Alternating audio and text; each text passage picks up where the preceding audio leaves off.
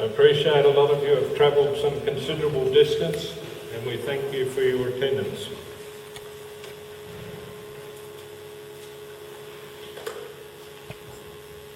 Special welcome to our politicians, our church ministers and our speakers. Our speakers generally have come all the way from Adelaide. I'd like you to put your hands together for them. It's really appreciated.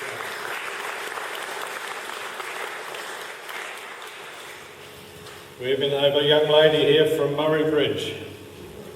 Thank you.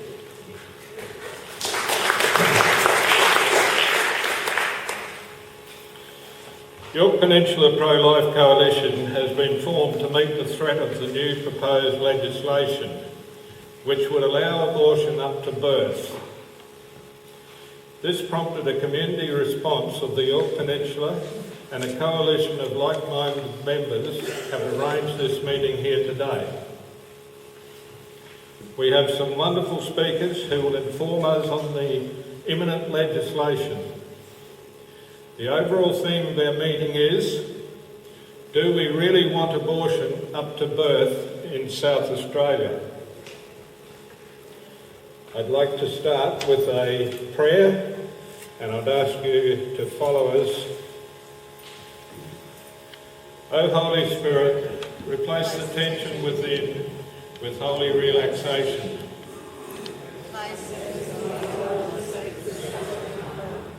Replace the fear with a gentle light.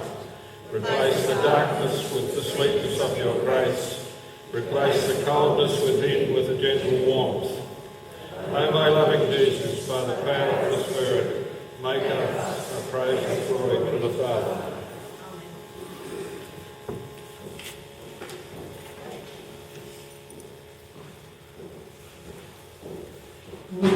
Okay, our first speaker today is Mr. Alan Tyson, all the way from Adelaide. He represents 40 Days for Life, a prayer movement. Thank you, Alan.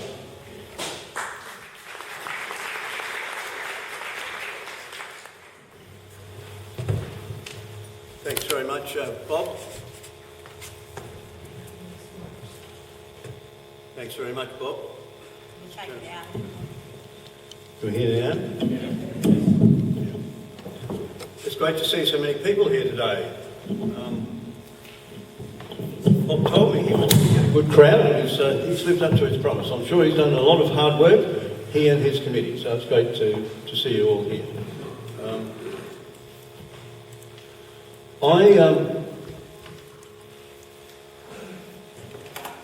I'm the campaign leader for 40 Days for Life. It's an international organisation. It's been going since 2007. It's based on prayer and fasting, community outreach and a prayer vigil. We're best known, I suppose, for the prayer vigil, which we hold outside the Mareeba Abortion Clinic twice a year. But worldwide, it's been held in over 1,000 cities in 63 countries with over 1 million volunteers, and over 17,000 lives have been saved. Since 2011 it's been at Woodville. It's called the Pregnancy Advisory Clinic, but it's really an abortion clinic. It's important to denote that we are peaceful, prayerful, we're non-denomination. All people who volunteer with us must sign a peace statement to show that they will conform to all legitimate authority. And the next campaign starts on the 23rd of September, so if anyone wants to join us, come and see me afterwards.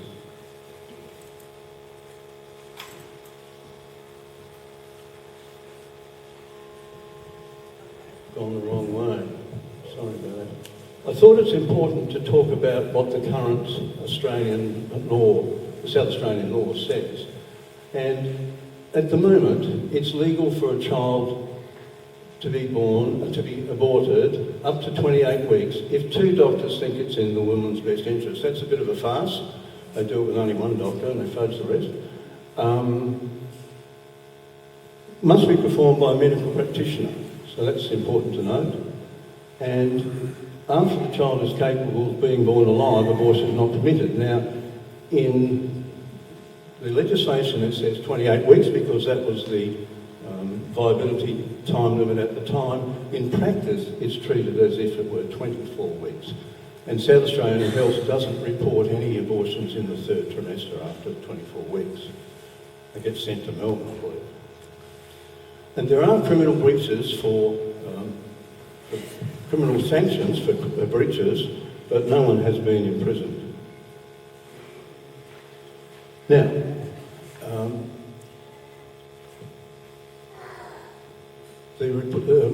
the history here is that Tammy Franks put a bill to the Legislative Council in December 2018. Eventually, the Attorney-General, Vicky Chapman, referred it to the South Australian Law Reform Institute. Sounds like an important body, doesn't it? But it's actually fourth-year law students at the University of Adelaide, supervised by their professors.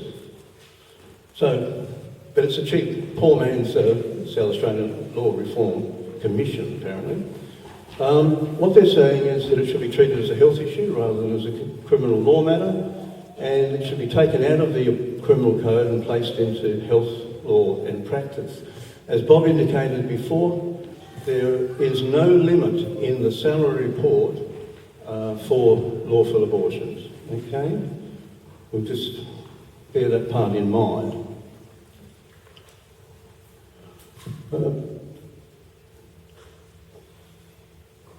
They're basically saying that there's no criteria for access to abortion. I mean, anybody who presents can have an abortion. At any gestational stage, with the involvement of one health practitioner. Now, note that the existing legislation says that you need 2 medical practitioners, doctors. The salary proposal says that you only need 1 health practitioner. And a health practitioner can include a variety of people. Some of you around here are probably health practitioners, nurses, midwives, Chinese medicine specialists, with a whole variety. Salary obviously had some qualms about their recommendation because they put an alternative recommendation in.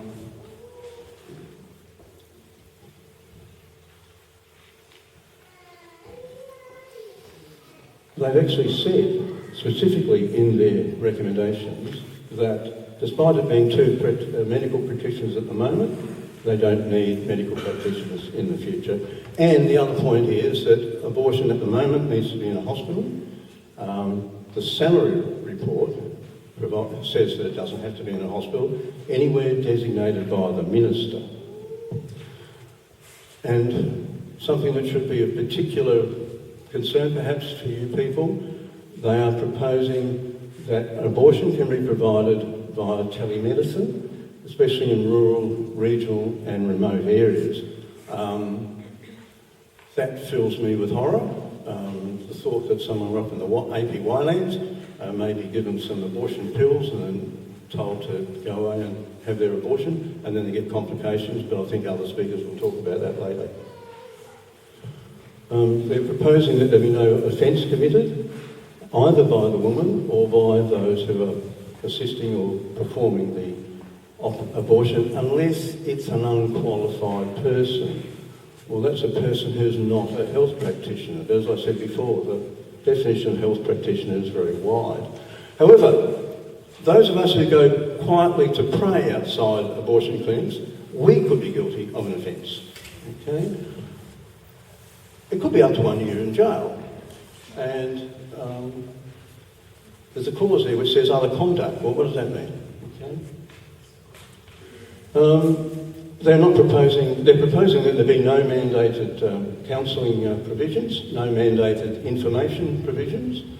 They're making the assumption that the clinic will provide all that, which of course we know they don't. There'll be no anti-coercion legislation, but they do propose that something be added to existing law on that particular ground. No prohibition on gender-selective abortions. Another thing that really sort of upsets me quite a lot is that they've completely rejected the existence of post-abortion grief. And at the end of today, I think you'll agree that post-abortion grief is real. In fact, a woman who counsels in that area, Anne Lastman, says that she has counselled 25,000 women over 24 years about their post-abortion grief. But Salary says it doesn't exist. It's not mentioned in the report, but the report as a whole would pave the way for commercial abortion providers like Planned Parenthood and Marie Stopes. And of course, the unborn have no rights. And they take some pains in pointing out that the unborn have no rights. Now, what's really important, of course, is what's going to be in the bill that Attorney General Vicky Chapman will put to Parliament, which we understand to be in the month of September. Now, we've deduced some of these items based firstly on the fact that Vicky Chapman commissioned the salary report. The government, through Vicky Chapman, paid for the salary report. So it's reasonable to assume that she'd be pretty happy with most of the things in the salary report, right? And secondly, some people have been to talk to her, and so what we're deducing is based on combination of those. And she's saying that she expects that there'll be gestational limits of 22 weeks and 6 days, but that after that, if two health practitioners think it's medically appropriate, it can be up to birth. Oh, but there'll be safeguards, she says. Well, we know what the safeguards are at the moment. They just get circumvented. All around the world, safeguards get circumvented. She would be moving the provisions to the Health Act, and we think that's probably not a winnable battle, but they would introduce a new offence for protesting. Now, Vicky herself has said that she doesn't see that as preventing peaceful prayer, but she won't oppose any amendment which might be put forward to that effect. Now, what is the pro-life position? Well, there are a number of committed pro-lifers here, and for as many as there are people here, there's probably 5 or 10 opinions. Ideally, there should be no abortions at all. Absolutely no abortions. That would be the strong pro-life position. However, in the current climate, that's not realistic. And Salary takes pains to point out that no abortion is outside of their jurisdiction. We certainly don't believe that abortion should be permitted after a child is capable of being born alive, except to preserve the life of the mother, and that's the current law. The legislative presumption of 23 weeks, yes, that's fine, but we would certainly not want to see any abortions after that time. And particularly that only doctors should be able to provide an abortion and conduct an abortion, not a wide variety of health practitioners. Salary doesn't actually define what they mean by a health practitioner, but if you look on the Association of Health Practitioners, it's quite a wide group. And we would argue no telemedicine. Probably should say here that approximately a third of abortions these days are via medical means or chemical means in the first 9 to 10 weeks of pregnancy. It's only after that that they do surgical abortions. Okay? And what we're saying from a pro-life position is we think it's important to hold the line, to give us a springboard for improving our abortion laws in future and getting rid of abortion completely. Now, I just want to tell you a little bit about these censorship zones, because that's a very current bill. On the 23rd of September, same day as 40 Days for Life starts up, the debate will continue in the lower house on a bill put forward by Nat Cook, which mirrors the bill that Tammy Franks put forward. And that would impose abortion exclusion zones of 150 metres away from the perimeter of any place where an abortion occurs. And that's quite massive. If you think of the Flinders Medical Centre, that's a massive zone. And it will be against the law to communicate about abortion in any way that can be seen and heard by those entering or leaving a place where abortions are carried out. And as I said before, it may even ban silent prayer. There are a dozen hospitals or so that we're expected to be included in that, which includes Clare and Borough, Gawler Health Service and Tanunda. And I presume any doctor who undertakes an abortion. And I know that there is one in this area. It does seem that the bill's likely to pass, but David Spears has got an amendment which we are hopeful will get passed as well to allow silent prayer, but we do need supporting votes. So, any politicians that you see, and there are some here, you might like to voice your opinions to them about that. Bob said that there are people from a wide variety of areas, which means that you come from different electorates. I think when you're talking to a politician, you should probably explain your position, explain what the amendments are, ask them to support the amendments, give your personal grounds for opposition to abortion and to the changes that are proposed. Explain to them your understanding of the current law and of the proposals and your responses, and ask them for their position, which they may or may not be prepared or able to give you at the time. And it doesn't hurt to tell them that their vote may determine your vote at the next election. I think we have to remember this is a spiritual battle. So you need to pray beforehand, before you go and talk to anybody.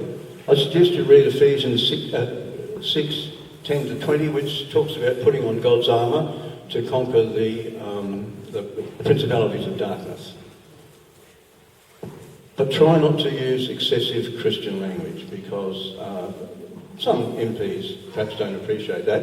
It's always good to write out your thoughts in preparation beforehand. Obviously, we should always be courteous and polite with our representatives, but we should have confidence because they are our representatives. It's good, if you can, to meet them. If not, to write to them. Handwritten letters, I'm told, are very, very well received if they can read your writing, because what it shows is that you've taken the trouble to write it by hand, and you may have done a couple of drafts. So, whereas if you do it by email, well, it's a lot easier to change. Or ring them up, of course. And then, any feedback you get, Bob would appreciate that you forward it on to him. Okay, so thanks very much, and again, it's great to see so many people here. Thank you.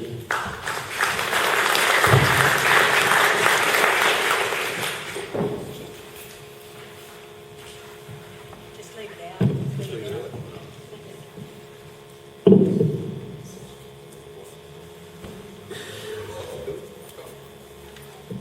COVID safe, come on. Thank you, Alan.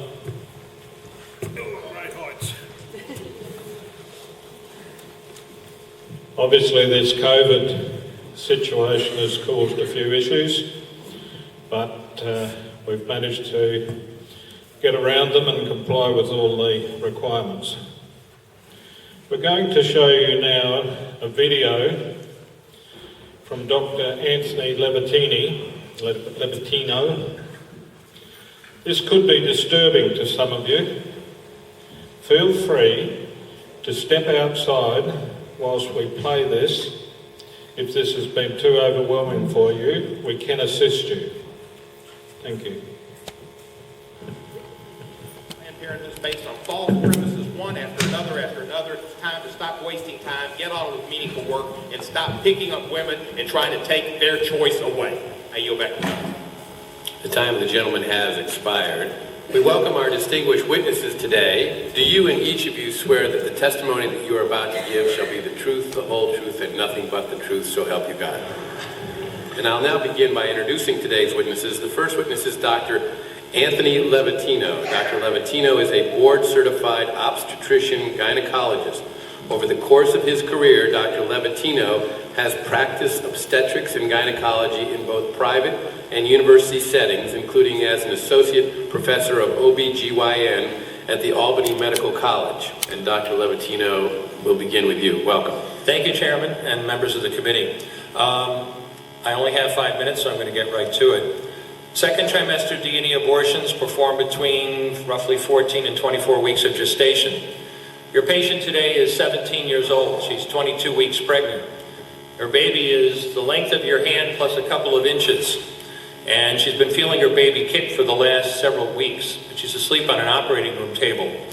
You walk into that operating room scrubbed and gowned, and after removing laminaria, you introduce a suction catheter into the uterus. This is a 14 French suction catheter. If she were 12 weeks pregnant or less, basically the width of your hand or smaller, you could basically do the entire procedure with this. But babies this big don't fit through catheters this size. After suctioning the amniotic fluid out from around the baby, you introduce an instrument called the Sofer clamp. It's about 13 inches long. It's made of stainless steel. The business end of this clamp is about 2.5 inches long and 1/2 inch wide. There are rows of sharp teeth. This is a grasping instrument. When it gets a hold of something, it does not let go. A D&E procedure is a blind abortion, so picture yourself introducing this and grabbing anything you can blindly and pull, and I do mean hard, and out pops a leg about that big, which you put down on the table next to you.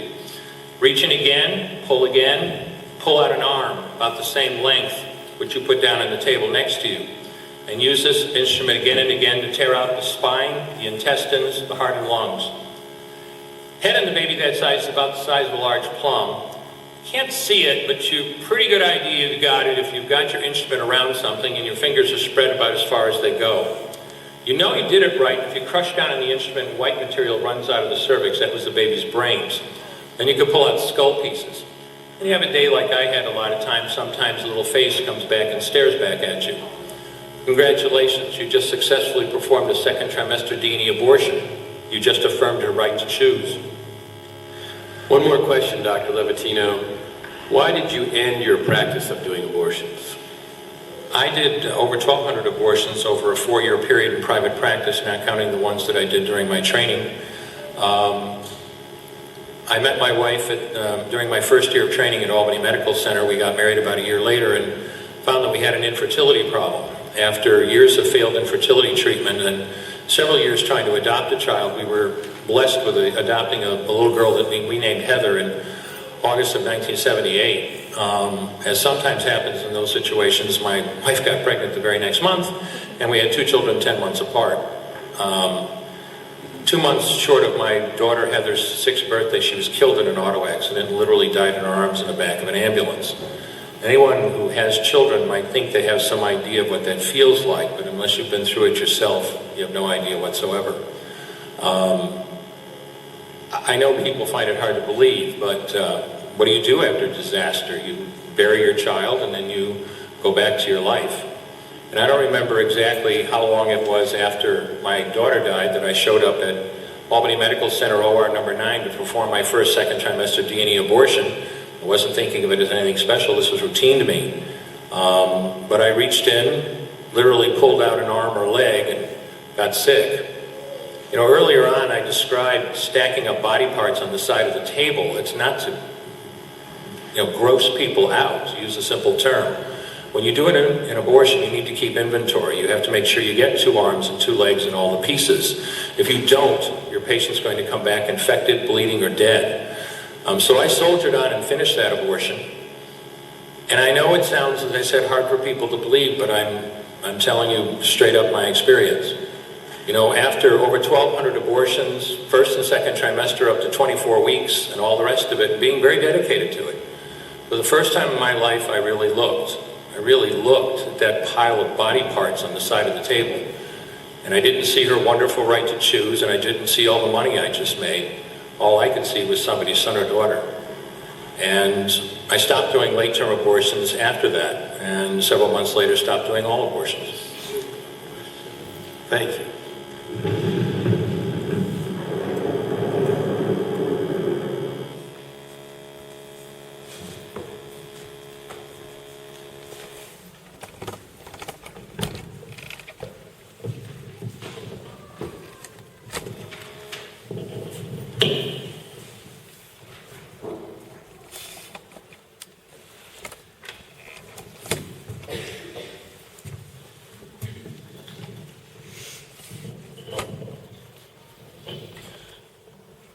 Okay, our next speaker today, all the way from Adelaide, is Dr. Tony Turnbull with her husband, Bob.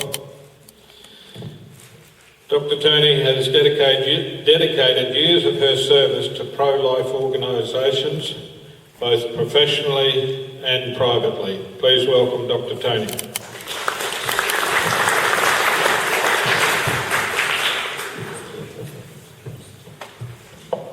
Thank you very much.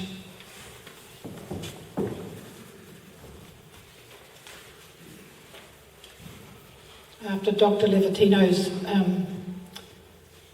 description, it's hard to, we could almost go home. Because that's the reality, and he does it so well.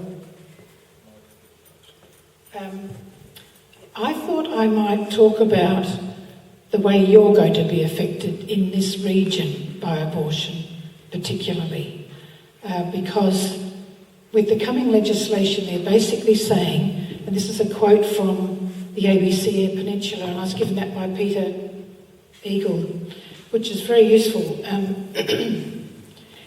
Quoting, they say, regional doctors in remote South Australia are joining lobbyists in Adelaide, calling for abortion law reform to be pushed through Parliament urgently, saying the current laws are placing barriers to termination access, particularly for regional women.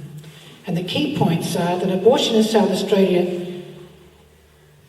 is legislated in the state's Criminal Act and mask reformed in 1969, and that's 50 years ago. It was enacted in 1970. And an Adelaide hospital gynaecologist and obstetrician says the complications with early medication abortions are very uncommon.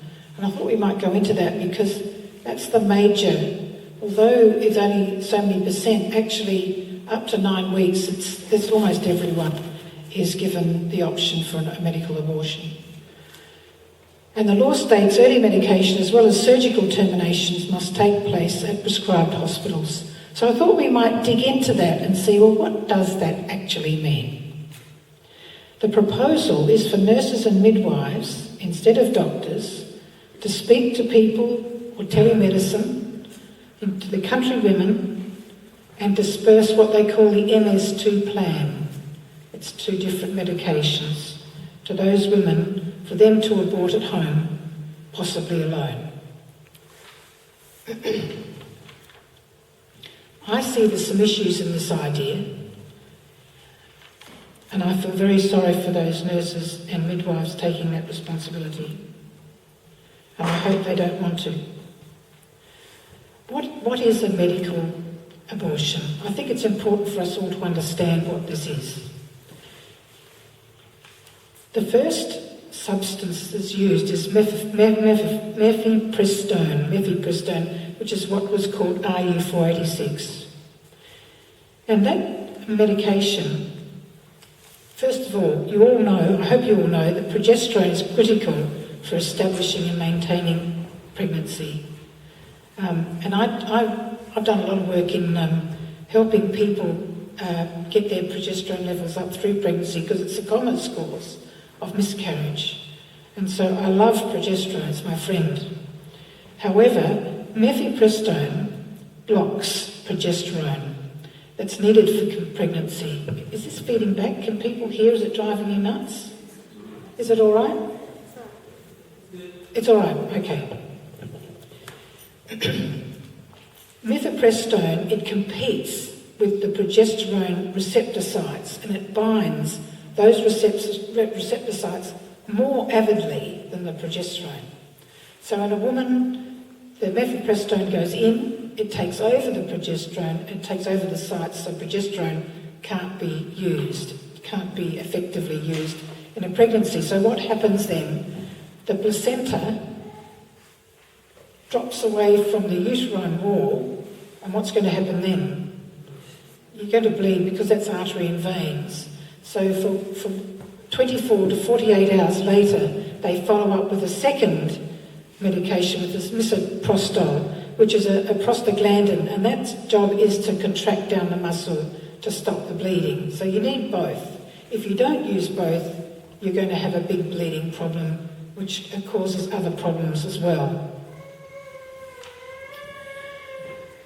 You can imagine that this is not done without difficulty, and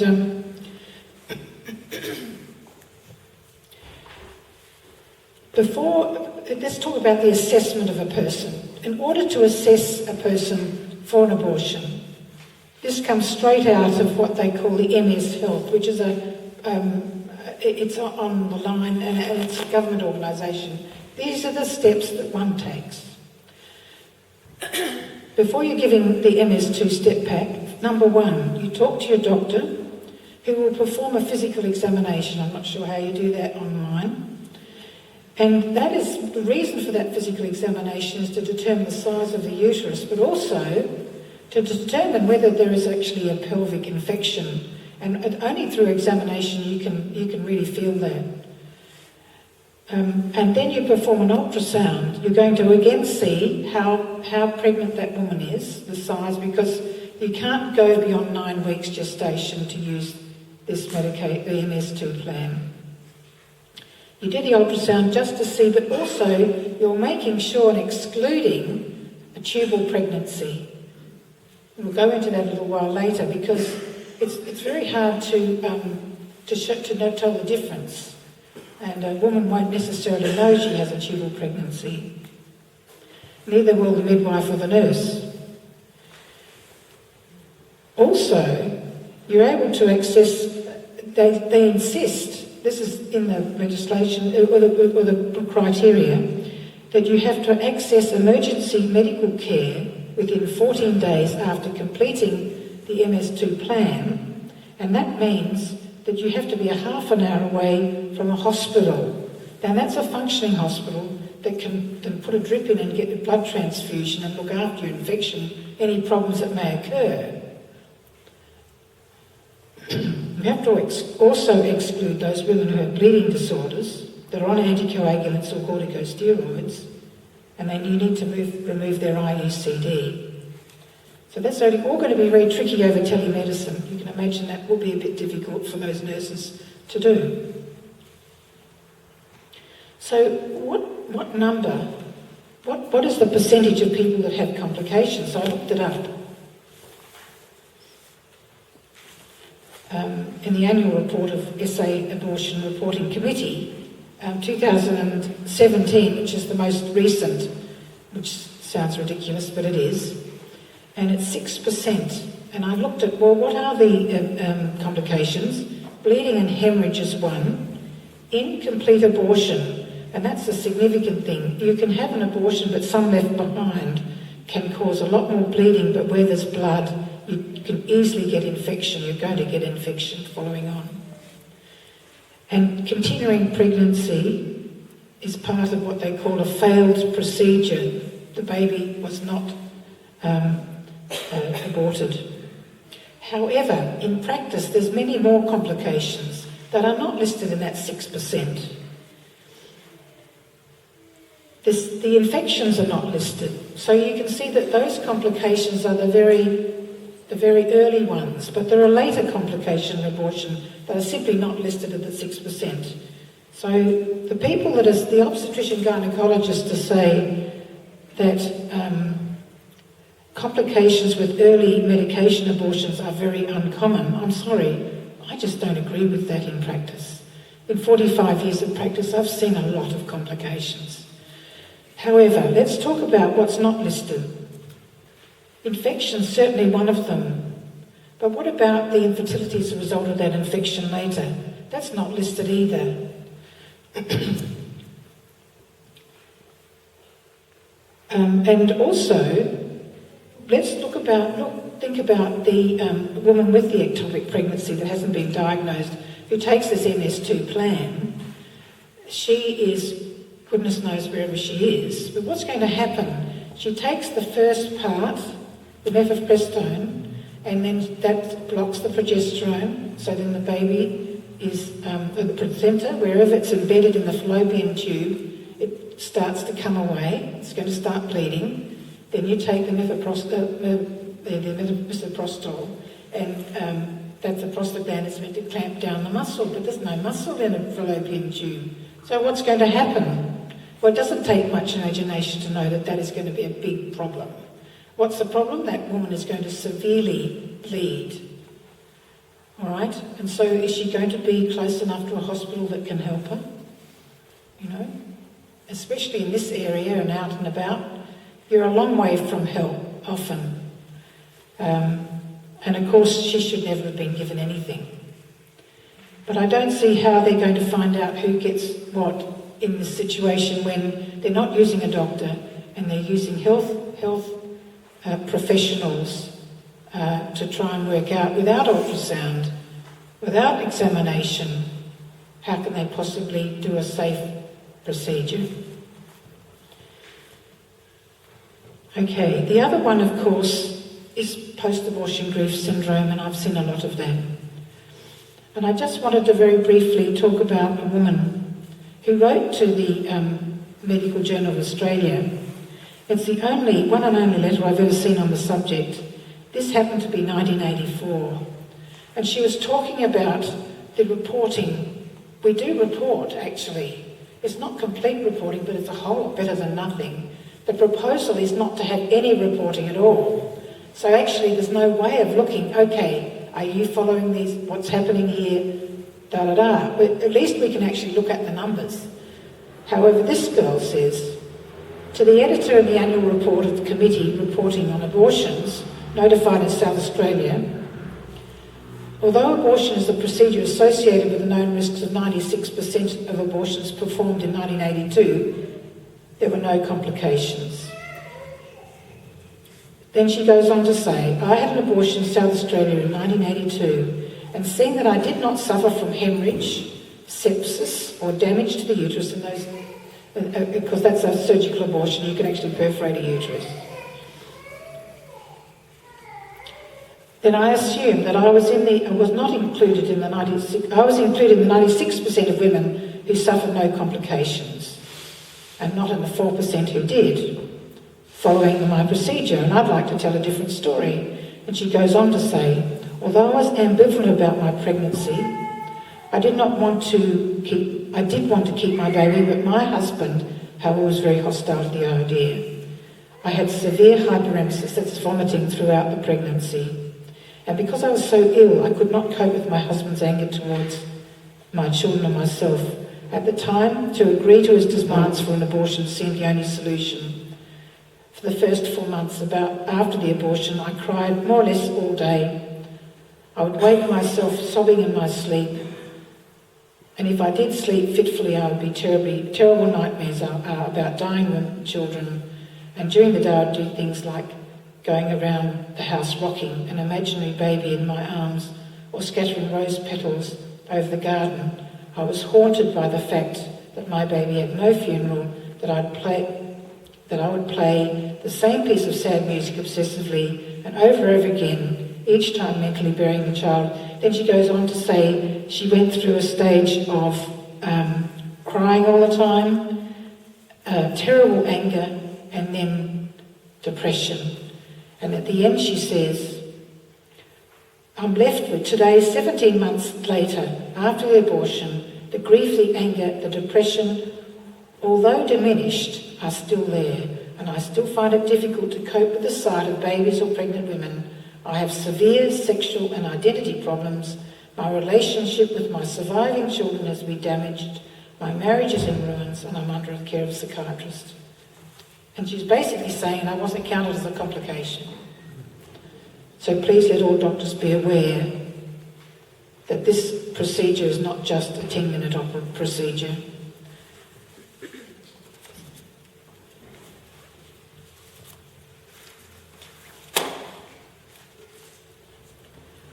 So I see great issues in health professionals taking over the job of deciding who has an abortion and then sending off by mail the pills for that woman to do it herself in her own good time, without any examination, without any ultrasound, possibly without access to a hospital close by. I can see that that's really going to, I know all abortions occur, cause the death of a child, but this is going to cause the death of a mother. In fact, there are now stories of women in the UK where they're receiving their envelope of pills, of MS2 plan, and they're being found dead in home, having suffered as a result of hemorrhaging and infection have been their cause of death. So, what are we doing? How come this is going on? So it's not just abortion to birth, it's loss of any a record of what's going on, and then putting it in the hands of poor people who are not trained to do this work. And how would they be? I don't know how they're going to find anyone who's willing to do it. Hopefully they won't. However, this issue of abortion, I believe, is the most important human rights issue the world has ever known. 50 years later, there is a call to so-called criminalise. And, this is about life and death. I don't understand why we're making it not a criminal act, honestly. We're making abortion more accessible by involving poor nurses and midwives in the process. We're ridding ourselves of a recording system, so we're unable to avail the outcome of such a venture and take abortion to birth for any reason. So what do we do? Since 1985, I've been asking myself and the Lord these questions, and one of the things we have done, because I believe we've all got to do something here. Sorry. And so when you go home, you need to say, okay, what gifts have I got that I can use for this issue? Because it's not going to go away. At the back, I brought along one of the things that we have done over the last 20 years. I've got no idea what fruit that has produced. However, a group of us got together and said, okay, let's ask the Lord what it is we need to do. And what came out of that prayer time was, I want you to go to the marketplace and show the people the flip side of abortion, which is a miracle of life. And so we didn't know where the marketplace was. We ended up at the show. I believe that shouldn't be there anymore. I think it should be everywhere. You have a show up here at Yorktown, don't you, once a year? If everyone is brave enough to take that on, we'll ship the gear to you. We'll even help you set up. This stall has gone to Alice Springs, it's gone to Western Australia and to the country areas. Have a look. We just brought some of it there. It's basically saying to people, look at this amazing miracle, because it is a miracle. We go from one cell, and all that information in one cell is there for you and us. And all you're adding together is nutrition and time. That is a miracle. How on earth does the ears get in the right place and the nose in the right place? So come and have a look, help yourself. There's a donation box there if you wish to donate. But basically, it doesn't have to be a complicated, big thing. It's just telling the world, hey, look at this. Okay? And so that's really my message, is that none of us are off the hook. I'm sorry. But we're not. Until we die, we've got to do something about this, because it's a tremendous human rights issue that needs to be addressed. Thank you.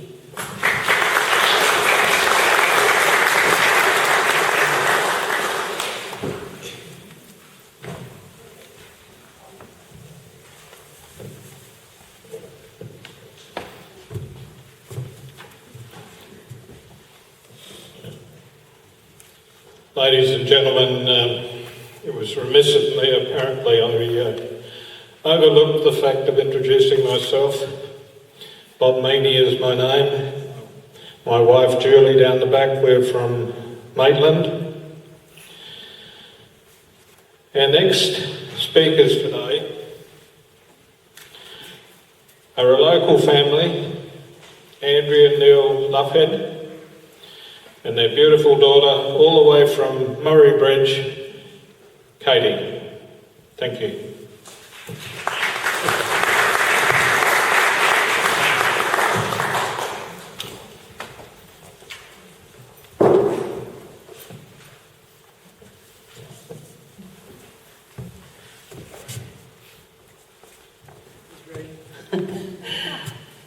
Good afternoon. My name is Andrea Lockhead, and this is my husband Neil.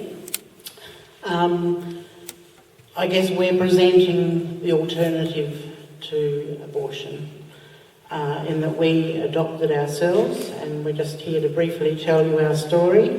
It has 3 distinct segments to it. It all began for me personally in 1973. Due to a rare medical episode, I discovered at the tender age of 11 that I would never be able to bear a child. I went from the carefree world of childhood to a deep sense of despair and sadness. The doctors who treated me at the time held one day out the hope of adoption. They told me that I could always adopt, and they assured me that literally dozens of babies were released for adoption every year. That was a hollow and false hope.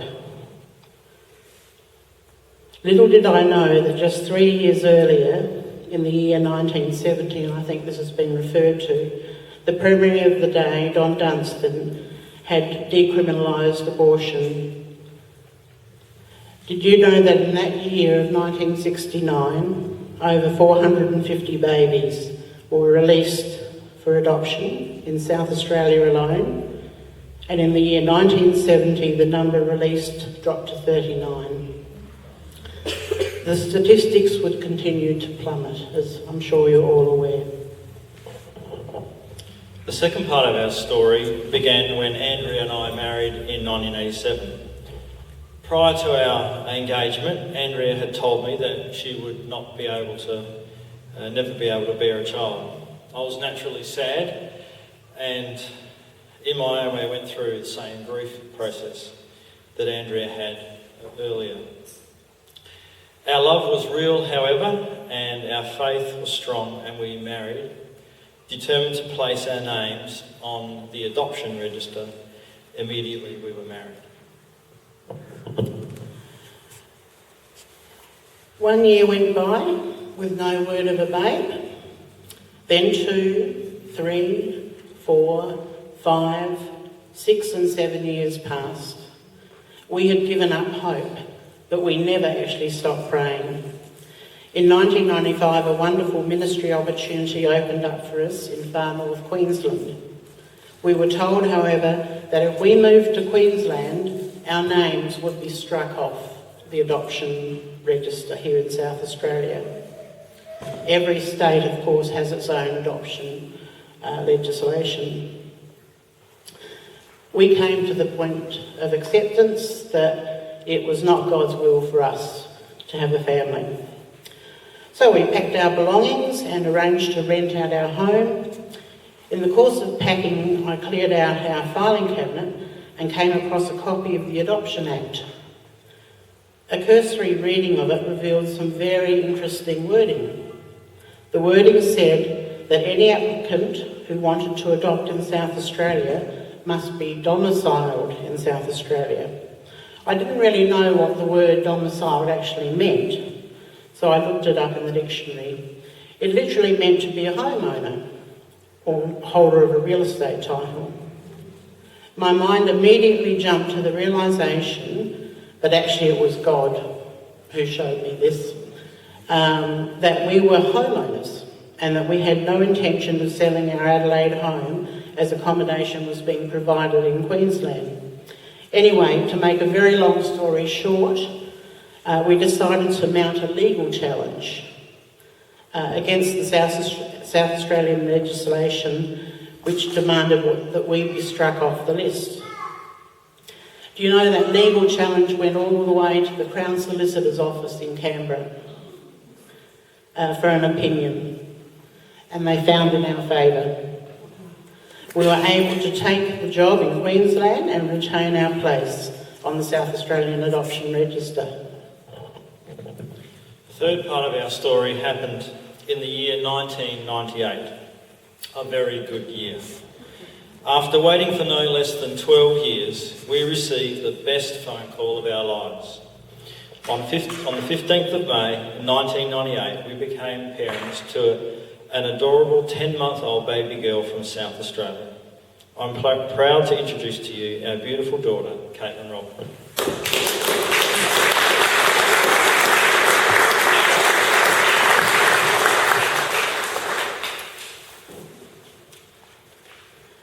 Our story is sadly a rare one.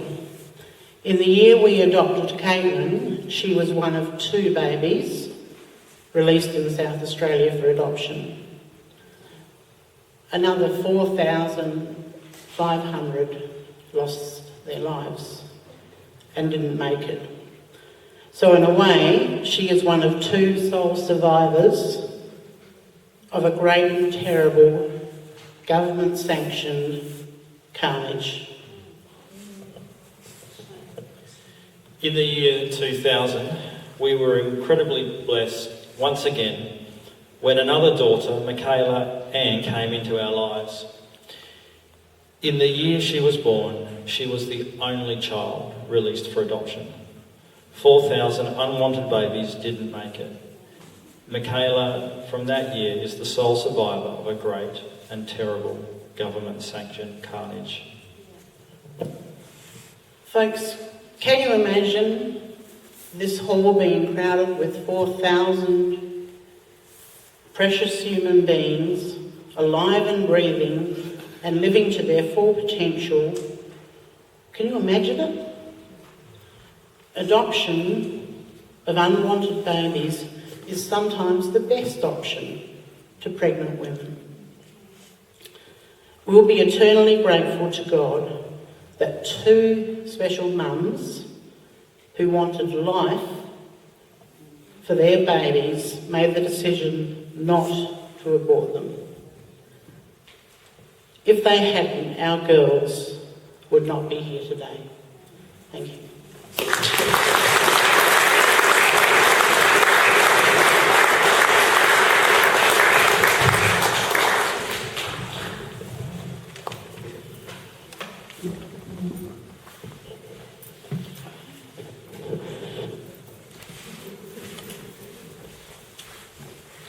Thank you, folks.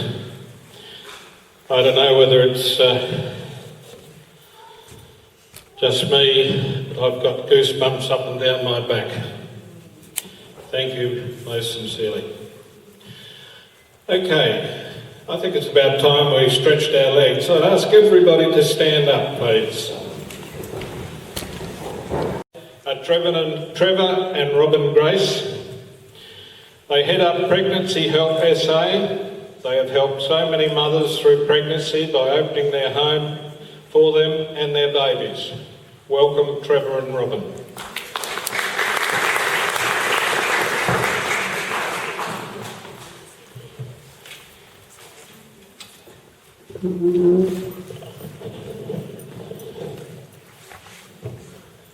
Okay, thank you, Bob. Around about 230 years ago, a slave trader named John Newton became a Christian. And many of you know the story, particularly of Amazing Grace. I once was blind, but now I see. But it took John Newton 7 years after he became a Christian to see the reality of the slave trade, the atrocities of it. It took him 7 years, and he puts it down that he had a second conversion when he saw it. What happened? You can read about it if you go online and do a little bit of research. In his memoirs, you'll find that he says there was a number of things. One, that it was his trade for around about 15 years or so. 2, that it was a lot of money. But 3, it was the custom. He became accustomed to the custom. I just want to fast forward to another era of Nuremberg trials. in 1945, straight after the war finished. One of the highest ranking person in the land. He was a Justice Minister of the Third Reich. His name was Franz Schulenberger. Franz Schulenberger had a conscience, but he got sentenced to life imprisonment. He was lucky he wasn't shot or hung. But there's political deals that go on. And a number of men, plus himself, other officials, other leaders, like Franz Schulenberger, ended up getting a life sentence. But it was Schulenberger who said, to the amazement of one of the judges, but he said, and think about it, millions of Jews were slaughtered, Polish people were slaughtered, hundreds of thousands of gypsies, and on it went. But the Justice Minister, particularly with Schulenberger, he signed so many letters to agree with it all. So it was under his watch. So when he was sentenced, he said, now think about it, the millions of people who died because of his laws. And he saw the atrocities. They showed the films, which I had the footages of the bodies and all those things that were left of some of the survivors as well, out of some of those camps. But he said, I never knew it would come to this. To the reply of one of the judges who said, don't you realise it came to that the first time you sentenced an innocent man to death and you knew it. What we see here is that in Germany, what Schulenberger found, that people became accustomed to it there. It was a justification of things that work well. In other words, the economy goes well, and other things like that. So they put up with the rough and the tumble and the executions of the Jews. It's uncomfortable, but many of them turned a blind eye. Not all of them, though.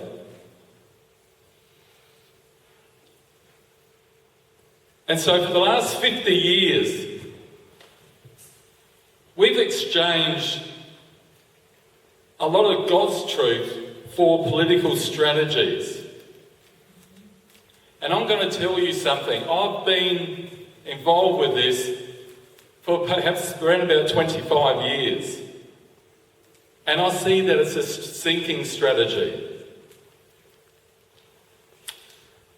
We've spent dollars, millions of dollars for the pro-life causes and things like that around Australia, around the world. Probably billions as it goes on. And it's a creeping onslaught that comes on, a creeping march in Australia and around the world too, and in South Australia. But what I see continually is a compromise after compromise, the changing of language, the language that says it's healthcare. It's up to 23 weeks, or it's up to 28 weeks. But this is a strategy that we're using. Inadvertently, we've strengthened the bloody tyranny of killing babies in the womb. And we've given credence to a lawless iniquity that believes babies don't have value. When did it start? Like Schulenberger found, when he was told, it started at the first time he sentenced an innocent man to his death. So what we see here is a lot of new strategies that come about. And let me tell you, that in 2008, it was a strategy of, well, let's go for try to get a few amendments in. We're not going to do well in this at all. And so let's try to bring in something where the doctors have a conscientious objection to it. Let's do something, because there's no way of stopping it. And in 2008, abortion up to birth came into Victoria. In 2012, it came into Tasmania. In 2018, it came into Queensland. In 2019, it came into New South Wales. We have to start getting it that the strategy isn't working. We have to start getting it that it's not going to work this time if we follow the same strategy. I'm going to flip this around a little bit and say this, that we need a new strategy. Because the fact is, we need God's help. And we need his aid. Because this isn't just evil. This is a monstrous evil. And if we can't see it, we will never see it. We've replaced man's commandment, which was originally God's commandment, thou shalt not kill. And there's been, the intention may be good in some of the pro-life circles to try to hold ground, but you can't do it. It doesn't work.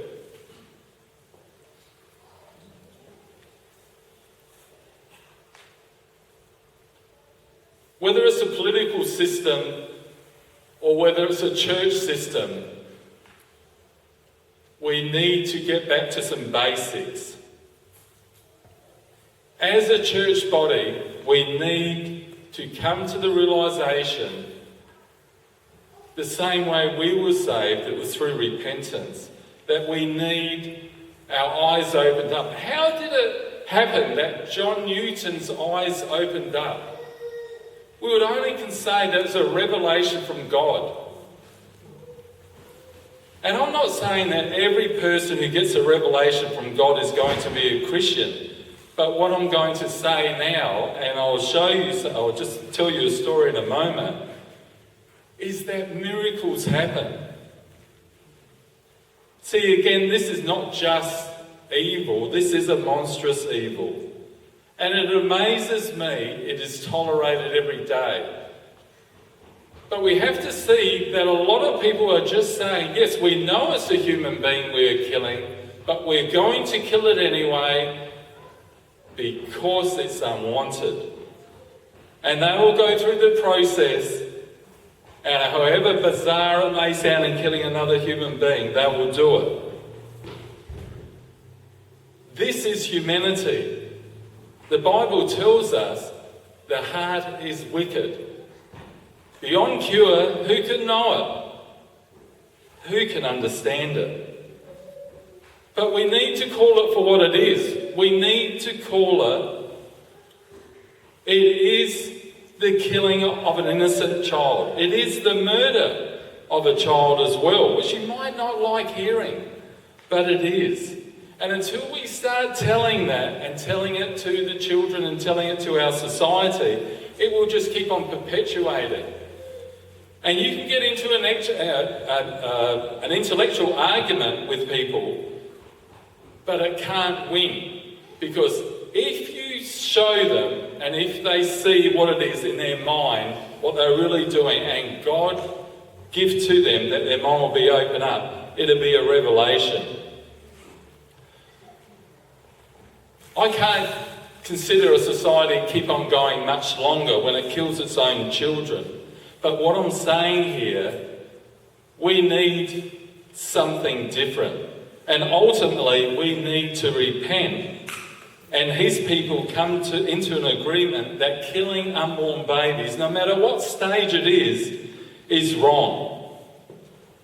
If I can say this, friends, is that the train has left the station. Until we can see that it's wrong from the beginning, it is going to end up in this point every time that it will go up to birth. And it has for every other state. It won't change. An amendment won't make a difference. And even if you feel good about that, it doesn't make a difference for the babies. So ultimately, we need to repent, and people need to come to the agreement that killing unborn babies is evil, and it shouldn't be tolerated. But I'll finish off with saying this, before I just tell you this story, and it's this. Are we prepared to repent? I mean really repent. I'm not talking about getting, sort of filming it and things like that. I'm talking about really repent for what is going on and repent for our own lives for the inaction. And even pray that God's hand will do something in his divine sovereignty, that he will change things. And will we pray when we know he may not lift a hand to stop it for whatever reason of his sovereignty? Will we pray nevertheless? I'm reminded of a story. This morning I was thinking about it before I came here, and I want to finish off with this story. Perhaps you guys don't believe in miracles. Perhaps you do in a different way. Whether you're a Christian or not a Christian, it doesn't really matter. Because I'd like to sort of challenge you to even look at this story for what it is. And I know you've heard the story of Dunkirk. In France, there's a cove there. And in the cove, there was around about 340,000 British soldiers, French soldiers and Belgian soldiers and a few other soldiers who were there.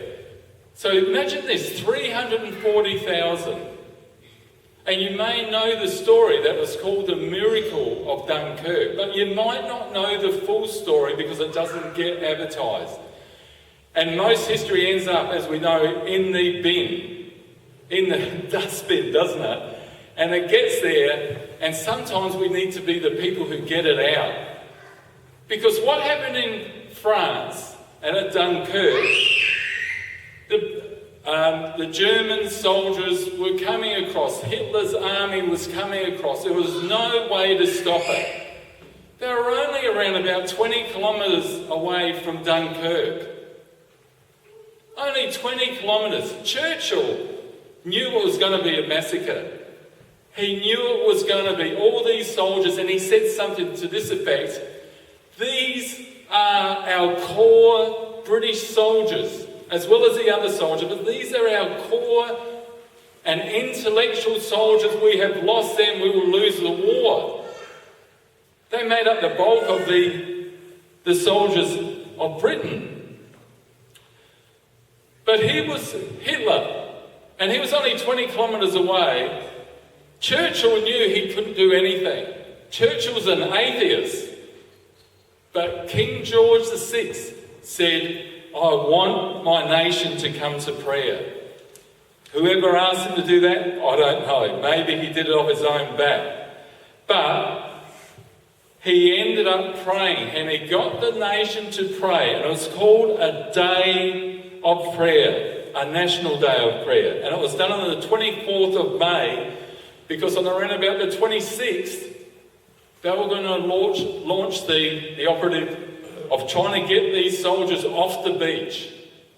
And they knew they could only possibly get a few thousand off, but they knew they had to try, and they were going to send in the small fishing boats, anybody who could go in there. And they ended up getting around about 850 small ships to go in.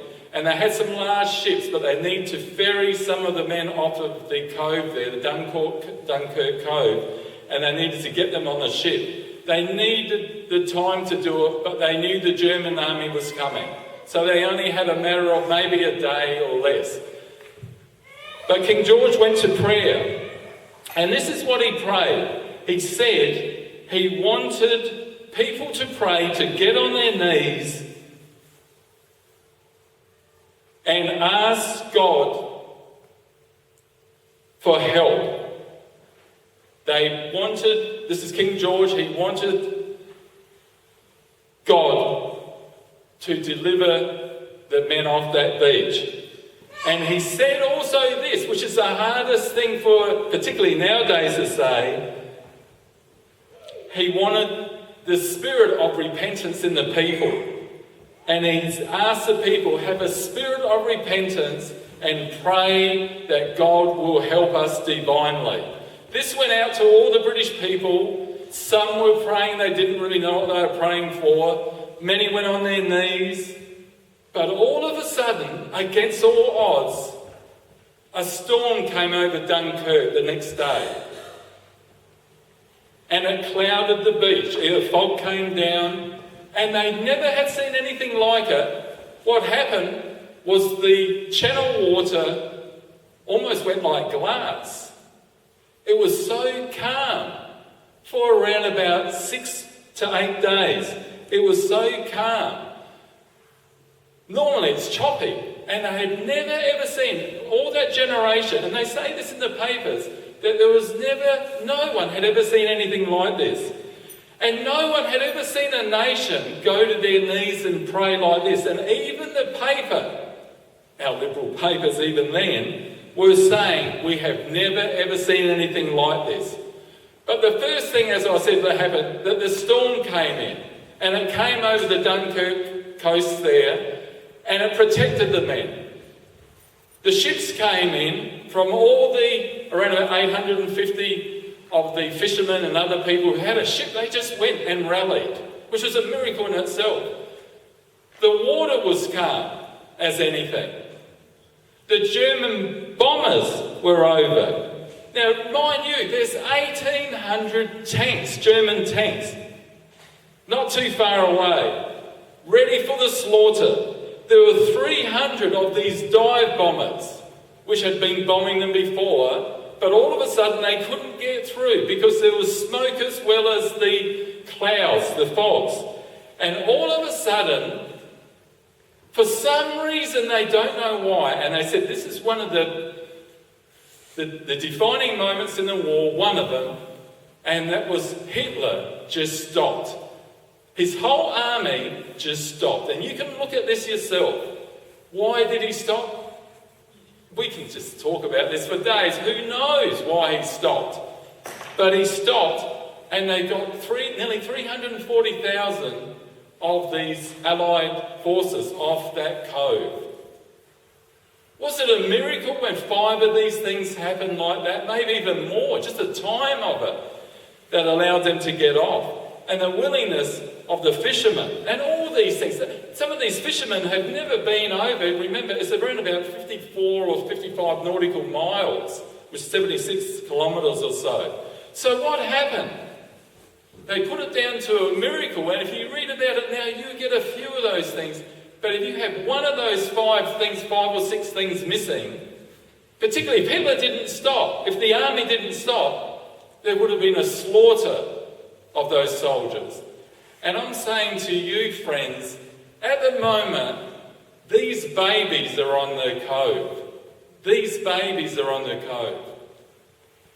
There's an army coming for them, like Hitler's army, and it's relentless and it won't stop. I'm asking us to come as a church or as people, particularly as Christians, to come and repent and come to God and ask Him for His divine deliverance. Whether He will do it, I don't know. It is up to His sovereign will. But in His sovereign will, we rest. Thank you.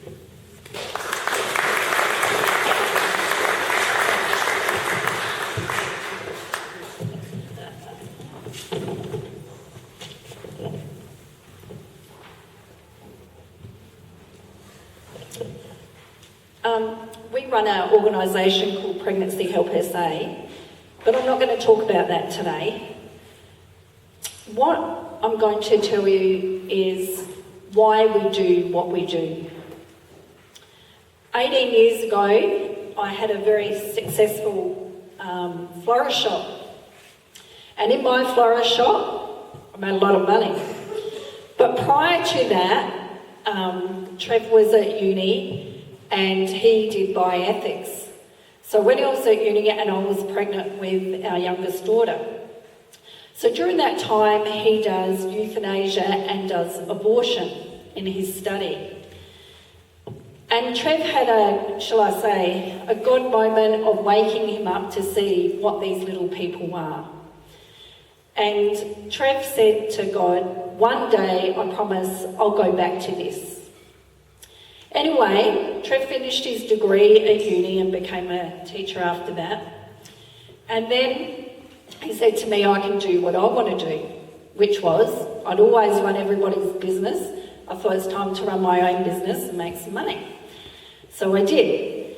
So I had a flower shop and Trev was in, so he worked for me for a change, which was good. But during that time, he was again awakened about caring about the babies. And so he started talking on radio, he started doing seminars at the unis and telling people what abortion was. Now here I am at the flower shop and I'm doing my work and I hear him on the radio. And I thought, oh my gosh, my husband's lost it. I really thought, this is becoming a bit overwhelming for me. Anyway, Trev was offered to work for an organisation in promoting education of helping people with babies. And he said, I really believe this is what God wants us to do. And I said to him, well, that's really nice, but God hasn't shown me that. And I don't want someone just to come up to me and say, hey, this is what I believe. And I said, well, I want a lightning bolt from God. And being bit cocky, never thought I'd get it. So I thought I was pretty safe as houses, to be honest. But unfortunately, or shall I say fortunately, I did get it the very next day. And that was, here I am working in a flower shop, and a man walked in off the street that I never knew. And he said to me, you're going to help me. I said, sure. You've run out of money, you want money for the phone, your car's broken down. He goes, no, my daughter's booked in for an abortion tomorrow and you're going to help me. And as if it happened yesterday, I just went, yep, I'm going. I just knew it was all over. So with that, if I had thought of what I did, nobody in their right mind would have done what I did the next day. But it wasn't my thinking. This is where, God took over. So the next day, I went to where she was having her abortion. She was only young, and so how do I get in there? I do a delivery of flowers. So I get it through past security, and I go in to meet this particular young girl. And anyway, so I thought while I'm in there, this whole room was full of young women having abortions. So I thought, while I'm here, I might as well talk to the one next to me, which I started doing. Anyway, she just got up and moved away from me, and I thought, oh well, that didn't work too well. So when she came, I thought it would be good if I got her outside. I wanted to talk to her about how I could help her or whatever, with her situation. So she came outside and she actually called me every F word under the sun. And she sprinted back inside, and I thought, great, this didn't go too well. But I thought, I don't give up. So anyway, I had the flowers for her. So I went back through security, gave her the flowers. Anyway, so I gave her the flowers, but on the flowers was a message. So these flowers that I was giving her were from her baby that she was carrying. Now this message, I'm not a very sentimental person, to be honest, and I don't get, super la-la with what I write. This message wasn't from me, this message was from God for this baby. And this is what it said. Mummy, you'll be the first person to wipe away my tear. Mummy, you'll be the first person to give me a hug. And Mummy, you'll be the first person to love me. Now she read that and she started crying. But not only did she start crying, every single woman in that room started crying. And with that, all the alarms went off and it was total lockdown and chaos. And I thought to myself, it's time for me to leave. So I just casually walked out past all the security guards, which I did. I went back to the shop and I said to my staff, shop's yours, I'm going home. That was it. That was pretty daunting. So I went home, and this is what changed my life. So I was at home, and I started bawling my eyes out and reaching like this baby was my baby, and I've never felt anything like it. Then, because I'm holding my hand, it's like I can see this baby. In my hand, I saw an 18-week-old baby. 18 weeks. But I was told this baby was 12 weeks, okay?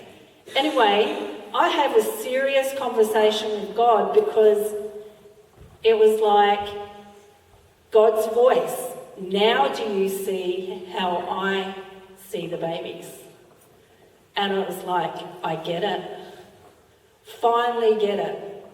So the thing is, that's what I'm saying. We can, like Trev's saying, we can seriously say abortion is wrong, and we can all go about saying abortion is wrong, but until the revelation really hits you, prior to that, years before that, I worked at a pregnancy agency helping women, but you know what? I still didn't get it.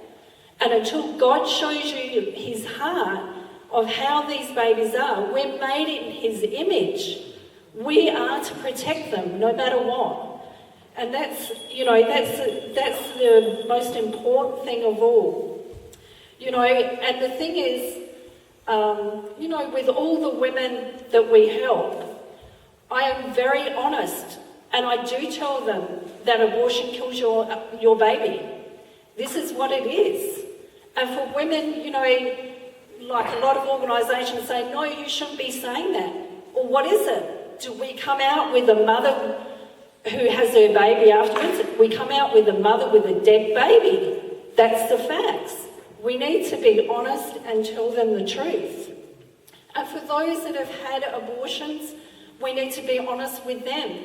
Because how do they get healing from God? And the only way that they can get healing is to know that Christ forgives them and that they can't just acknowledge it themselves, but it's only Christ that can forgive them for killing their baby, and they have to come to that too.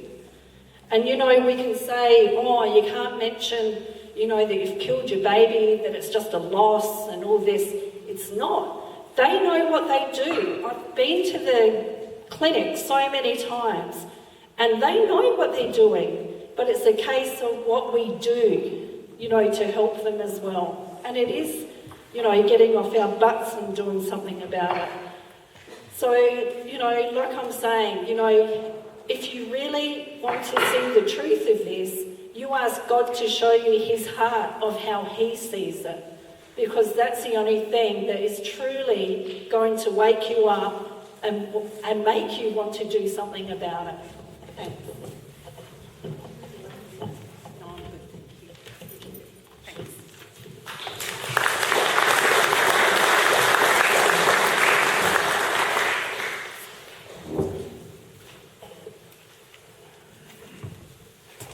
Thank you.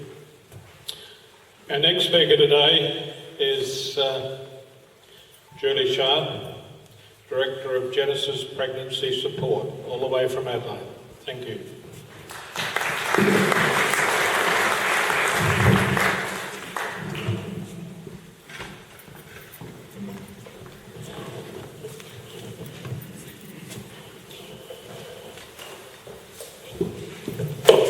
Well, how you doing? It's a long time, isn't it? This is just such a seriously important issue. I'm sure you've all grasped that now. So, as introduced, my name's Julie Sharp. I've been with Genesis Pregnancy Support for 20 years. I'm not sure why I joined them. I was looking to do something crusading and caring and worthwhile for other people, and I did have a bit of a heart about the abortion issue, but of course your eyes do get opened as you go along. So I'll just see how we're going to go with this. Okay, so this is just to give you a rough idea of what we do. I may as well put them all up there. Oh, sorry. Oh, it's gone back. Back to the page. No, up top. Let me just tell you. Yeah. Okay, so basically our services, we are the largest pregnancy support service in Adelaide, and some of the services that we provide include free pregnancy counselling, so girls ringing up or contacting us via text message or phone, and not just girls, women as well too. So they get free what we call crisis pregnancy counselling, where they are not sure what decision to make in the situation that they're in. I have to tell you, after doing this for 20 years, those calls have diminished significantly. There is no moral conscience really anymore, as girls are born into a culture that does not associate morality or standards or values with the decision to abort. So to a large degree, they are very much victims of the culture they've been born into, and likewise need to be treated very delicately that way. Because I don't know if you can imagine it yourself, but when you have your GP and your parents and your teachers sanctioning something, as a child, you learn to believe it's okay, right? So to get them to have a conscience about that is really very easy for us to do, because as you can see down at the bottom, Be Ready on the right-hand side is our sex and relationship education programs that we take to over 3,000 students a year. And in small group workshops, we show them fetal development models. And we discuss, when they're in perhaps about year 10, what the options are for an unplanned pregnancy, which of course includes adoption, which we promote highly. And it also includes parenting, but it also includes abortion.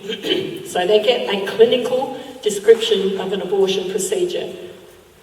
The result of that description is the same every time: horror on young people's faces. Because you see, abortion isn't a word, it's a procedure. And once people know the procedure, they change their mind about abortion. If you ever happen to get cornered by the press or somebody who's adamantly pro-choice, ask them to please discuss the procedure. Because you'll never hear that on TV or on the radio. They don't discuss the procedure. We have free material assistance, so we give out hundreds every year of cots, prams, bassinets, baby clothes, things like that. We have young mum support groups. We have abortion recovery retreats. We've brought along our team of lovely ladies today that will speak after me to finalise the event and tell you their personal experiences with those. And we've just launched Live-In Parenting Skills program. So what we're doing is whatever we can to give a woman the ability to keep her child, to offer her the support that she might need in the crisis of it, to offer her the support she might need once she chooses to keep her baby, and to also preventatively teach the kids before they get there. So number one, they avoid an unplanned pregnancy, and number two, they don't make a choice that might ruin the rest of their lives. So that's briefly about us.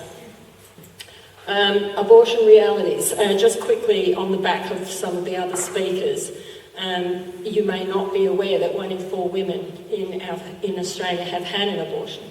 So again, you need to speak compassionately when you speak, because people have been born into the culture, and the quickest way to shut somebody's ears to the message is to hurt their feelings and sound judgmental. So we believe grace comes before truth. Jesus modelled it that way, and so that's the way we implement it as well too. Another reality about adoption as well, so there'd be over 80,000 abortions performed in Australia each year, 80,000, and about 300 adoptions Australia-wide. That's what's happened since 1970 when we legalised abortion. Okay, so I just want to summarise the bill. The main reason I'm here is because, like it or not, the Attorney-General has announced that as of the next sitting after the winter break, from the 23rd of September onwards, in that period of time, she will table the abortion to birth bill. It'll never be called that, right? They're not stupid. They'll play on language to make it sound palatable to the public, and you need to be aware of what that language is and what the actual content of the bill means. So in summarising the bill, it's not going again. You can actually tap it if you like, I'll just give you a nod. Let's see. Lost it. Okay. So the bill permits abortion to birth. And when I say that, I'm saying it from the experience of having actually gone to the Sowry reviews, roundtables, where the professor and the fourth-year law students sat around and said they objectively listened to everybody's point of view. They had already made up their minds before we got there. What they have submitted was 66 recommendations to the Attorney-General, which she has said she will be advised by. So it's their recommendations that we're dealing with at the moment, but we've also, I personally have been to visit the Attorney-General just to discuss with her what her intentions are, and the language is amazingly deceptive. When you call her on the language, you find out the truth behind the language. I'll just elaborate briefly. So when I was speaking to her, we talked about having a gestational limit, and she said she absolutely will have a gestational limit. So I said to her, so let's assume it's around 23, 24 weeks. So what you're saying is that after that period of time it will be illegal. Oh no. It's a gestational limit for no condition necessary, no doctor's consent necessary. But after that period of time, listen to the language, it will require that 2 medical practitioners agree that the procedure is appropriate. So you've got 2 medical practitioners, not 2 specialists, right? Because they're going to give the public the opinion that it's going to be for severe disabilities, that we're sparing those poor babies or the mothers the grief of raising these severely disabled children. But that's not the case, because a medical practitioner, too, can agree that it's what? Appropriate. Their whole ambition is to shift abortion to be far more acceptable to the general public, so they want to have it taken out of the criminal law and put into the health law, so that it is purely a health procedure for the mother, which means put yourself in that position with a doctor for any other medical procedure. Who has the last say? The mother does. If that doctor won't perform the procedure, what does she do? She finds another doctor, doesn't she, who will. And because they're not going to require the procedure to be held in specified hospitals, they'll be private practitioners who are making a business out of this and quite happily going to consent that it's appropriate and go ahead and do it. Sowry's recommendation, when they try to tell you it will only be for severe disabilities, Sowry's recommendation said this: Sowry recommends that the present disability-specific provision, so that's the one that's in our current law, which says you can't do it unless there's a severe disability, as to when a lawful abortion is available, should be removed and should not be included in any new law. So it isn't going to be based on that at all. It will definitely be, I think I said to you the word was they'll agree whether it's medically appropriate. That will include mental health. I can't cope with this. It's all too much stress for me. It's just a really bad time. This is terrible for me emotionally. Okay, mental health. It's medically appropriate. The argument cannot logically be that this is unlikely to happen with a severe disability excuse. The point is, why would we legalise it so that it can happen? Why would we legalise abortion to birth so that it can happen? Should a civilised, humane government and society ever agree to make such a thing legal? Now, viability for life, and the number one says permits abortion to birth and needlessly taking the life of a viable baby. So it permits sex selection abortion. It does this by not outlawing them. In other words, you can. Yep. It allows for the baby to be left to die after a failed abortion. Again, it does this by omitting to put in that basic health care must be administered if a baby is aborted alive. So the fact that that's not in the bill means they don't have to. I deal with and have trained and worked with nurses who have told me they have had to stand by and watch that baby die. Can you imagine what that does to nursing staff? And when they feel like they can't withdraw from that procedure, they still have nightmares about it and can't forgive themselves for not doing something. One nurse just told me 2 weeks ago, I wrapped it up trying to keep it warm. As solely a health care issue, which is what they're pushing for, it allows women to abort for their own reasons, right? As I just explained. It allows for dangerous do-it-yourself online abortions via telehealth, and you heard Tony tell you some of the dangers of that. Yep. It completely dehumanises and devalues life in the womb. Let me tell you what happened at the Salary Round Table. I brought up viability for life. What about if the baby is able to survive outside the womb? And that professor turned and looked at me and said, don't you realise international law says that a person is not a person until they're born? Yeah. And I'm looking at some of the most educated people in our city, and you're wondering, when did your brains fall out of your ears? You know, like, what were they the day before?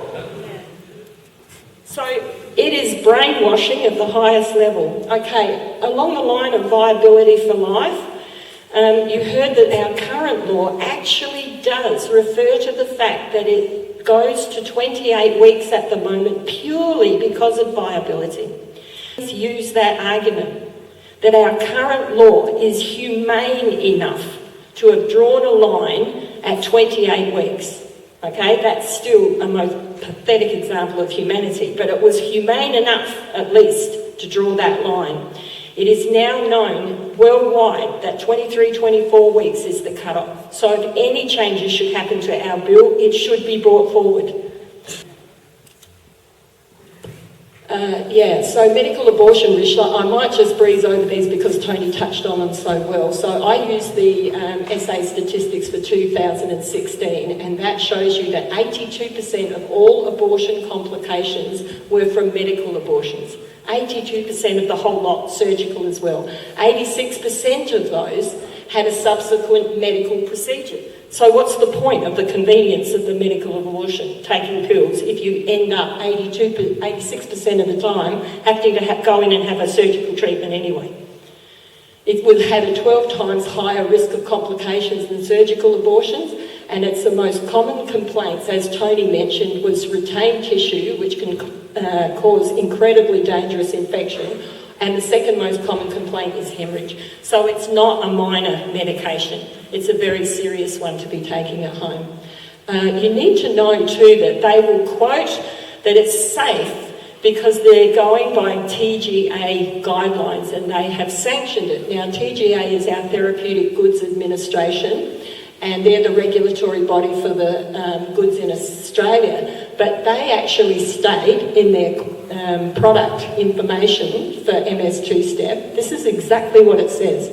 This potentially severe complication, as in they're referring to heavy bleeding from retained products, and they admit that it can happen up to 12% of cases, justifies follow-up 14 to 21 days after administration, fair enough, but until follow-up, the woman remains close to a facility where she can be treated at any moment in case of severe prolonged bleeding. At any moment.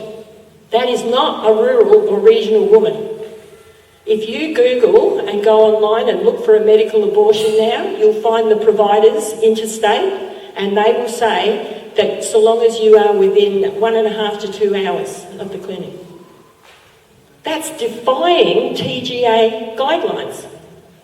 Another reality is that late-term abortions are not just for severe disabilities. Again, I use 2016 stats. If you have a look at this whole table, you can see on that far left-hand side the reason for the termination, and the top two there, one is mental health of the woman, which pretty much means inconvenience, or congenital anomaly.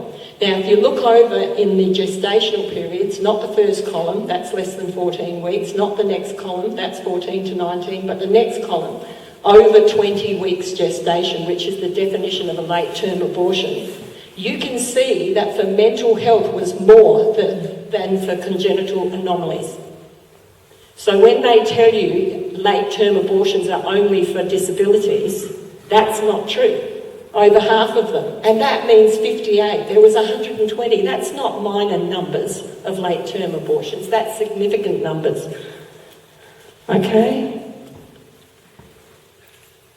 Let me just tell you the latest news from August the 3rd from the UK, who have do-it-yourself chemical abortions available at the moment. 2 women. The headline is UK's do-it-yourself chemical abortions have deadly outcomes. 2 women in England have died after taking abortion pills sent to them via mail, and numerous others hospitalised from serious health complications after taking the abortion drugs. The email sent to the National Health Service warned of the escalating risk of sending abortion drugs in the mail. Fox News reports addressing at least 13 incidences since March. They did it because of COVID, right? The pro-choicers used COVID as a reason to push legislation through. At least 2 women died, the report said. One case where a woman was found at home the morning after starting the process, and the second where a woman presented with sepsis and died very quickly in the accident and emergency department. And we're going to do this in the name of advancing women's health. At least 2 women died, and a murder investigation is underway as it concerned that a baby was born alive and then terminated. Also, in that instance, one of the cases was 30 weeks pregnant because they're not checking, as Tony said, the women's gestation before they send the pills out. And so women can be silly enough to do that. And a new survey shows that 83% of the women who took the abortion pill said that they were changed by their abortions, with 77% saying the change was negative. And on that last statistic, the table that I showed you, do you know what the definition of a congenital anomaly is? Just so that you don't get the wrong impression. It can be either a minor anomaly or a major anomaly. A minor anomaly is defined, and this is the medical definition, as an unusual anatomic feature that is of no serious medical or cosmetic consequence to the patient. A minor anomaly of the feet might, for example, be curvature of the second toe, so it overlaps the third toe a little. So when you see the terminology congenital anomaly, you think, well, that's got to be serious. A major anomaly, by contrast, might be a cleft lip or palate. Congenital means at birth, and anomaly, interestingly, comes from the Greek word anomalous, meaning uneven or irregular. So we're not talking serious disabilities when we look at those figures. Okay, babies are left to die if born alive. That's the absolute truth. The ABC News in 2016, all hell broke loose after this because the Minister of Health actually put his foot in his mouth, but they produced these statistics of terminations with live birth outcomes that were left to die. And you can see down there in 2015, yep, 27. So a total of 204 since 2005. And here's the statement that the Minister of Health in Queensland made. In 2015, 27 babies of 5 months gestation survived, only to later die after not receiving life-saving treatment. This is his quote. Queensland Health confirmed that in such cases, life-saving care is not rendered to the baby after a decision to terminate is made, and it is left to perish in the clinic. Where are we heading? Seriously, where are we heading? I'll finish with this because it's serious food for thought, and this came out on the 10th of August, so just 6 days ago, and it's from Belgium. First of all, I'll read you a paper that was submitted to the Journal of Ethics in Melbourne, I'm ashamed to say, in Australia, and then it made the British Medical Journal. It was written by 2 ethicists. In 2012, 2 medical ethicists controversially claimed that doctors should be allowed to end the lives of disabled and even unwanted newborn babies because they are not actual persons. This is where this personhood thing is going, okay? In an article, these 2, I won't mention their names, argue that parents should be given the choice to end the lives of their newborn babies shortly after they are born because they are morally irrelevant and have no moral right to life. Abortion to birth is definitely going to introduce infanticide. No doubt about it. When you've got this in the British Journal of Medicine, they go on to say, in addition, the ethicists argue that infanticide, the purposeful causing of a baby's death, is no different to abortion since both a fetus and a newborn baby are only potential persons. They suggest infanticide, which they term as after-birth abortions, right, should even be permissible where a baby is perfectly healthy if the baby is unwanted, inconvenient or too expensive for the parents. Think about where this is being published. The authors state both a fetus and a newborn certainly are human beings and potential persons, but neither is a person in the sense of subject of a moral right to life. They add, what we call after-birth abortion should be permissible in all the cases where abortion is, including cases where the newborn is not disabled.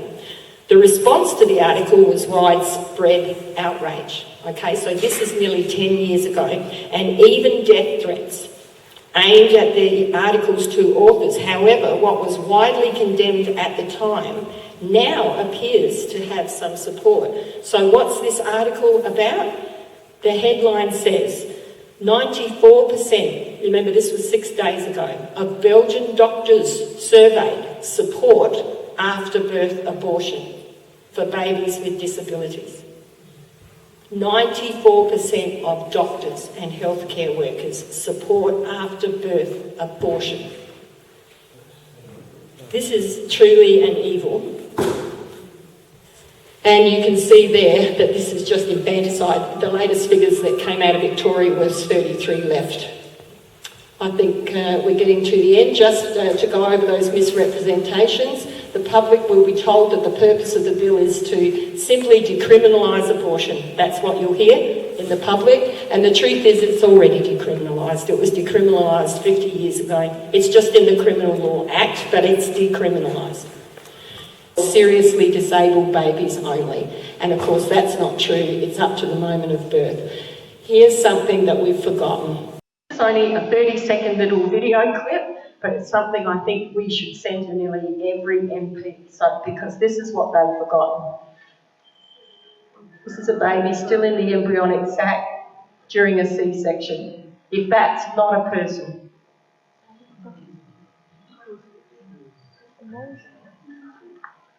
It seems to me we've got to the point where if I can't see it, it's not real. Okay, so the last one to introduce the other ladies to finish off for today is that post-abortion mental health does exist. The research is conclusive. You can find it anywhere. For them to continue to deny it is laughable. It's like the old cigarette tobacco argument. There's so much research to the contrary, it is insane. So at least now they'll admit 20 to 30%. So if you take our figures from 2016, that's 860 to 1,300 women per year who are suffering and being told they're imagining it and that it doesn't exist. The symptoms suffered include self-destructive behaviours, mental health issues, dysfunctional relationships, severe depression, etc. The ladies will tell you more about that. Thank you.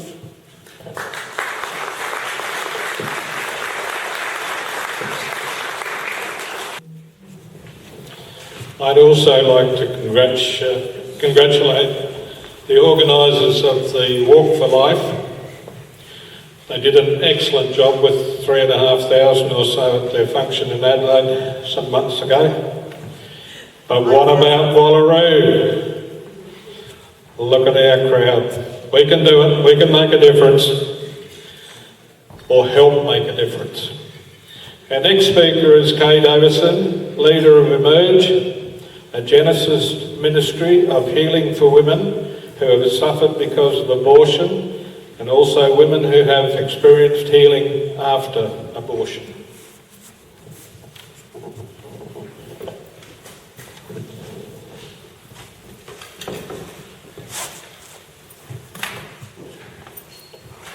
Afternoon.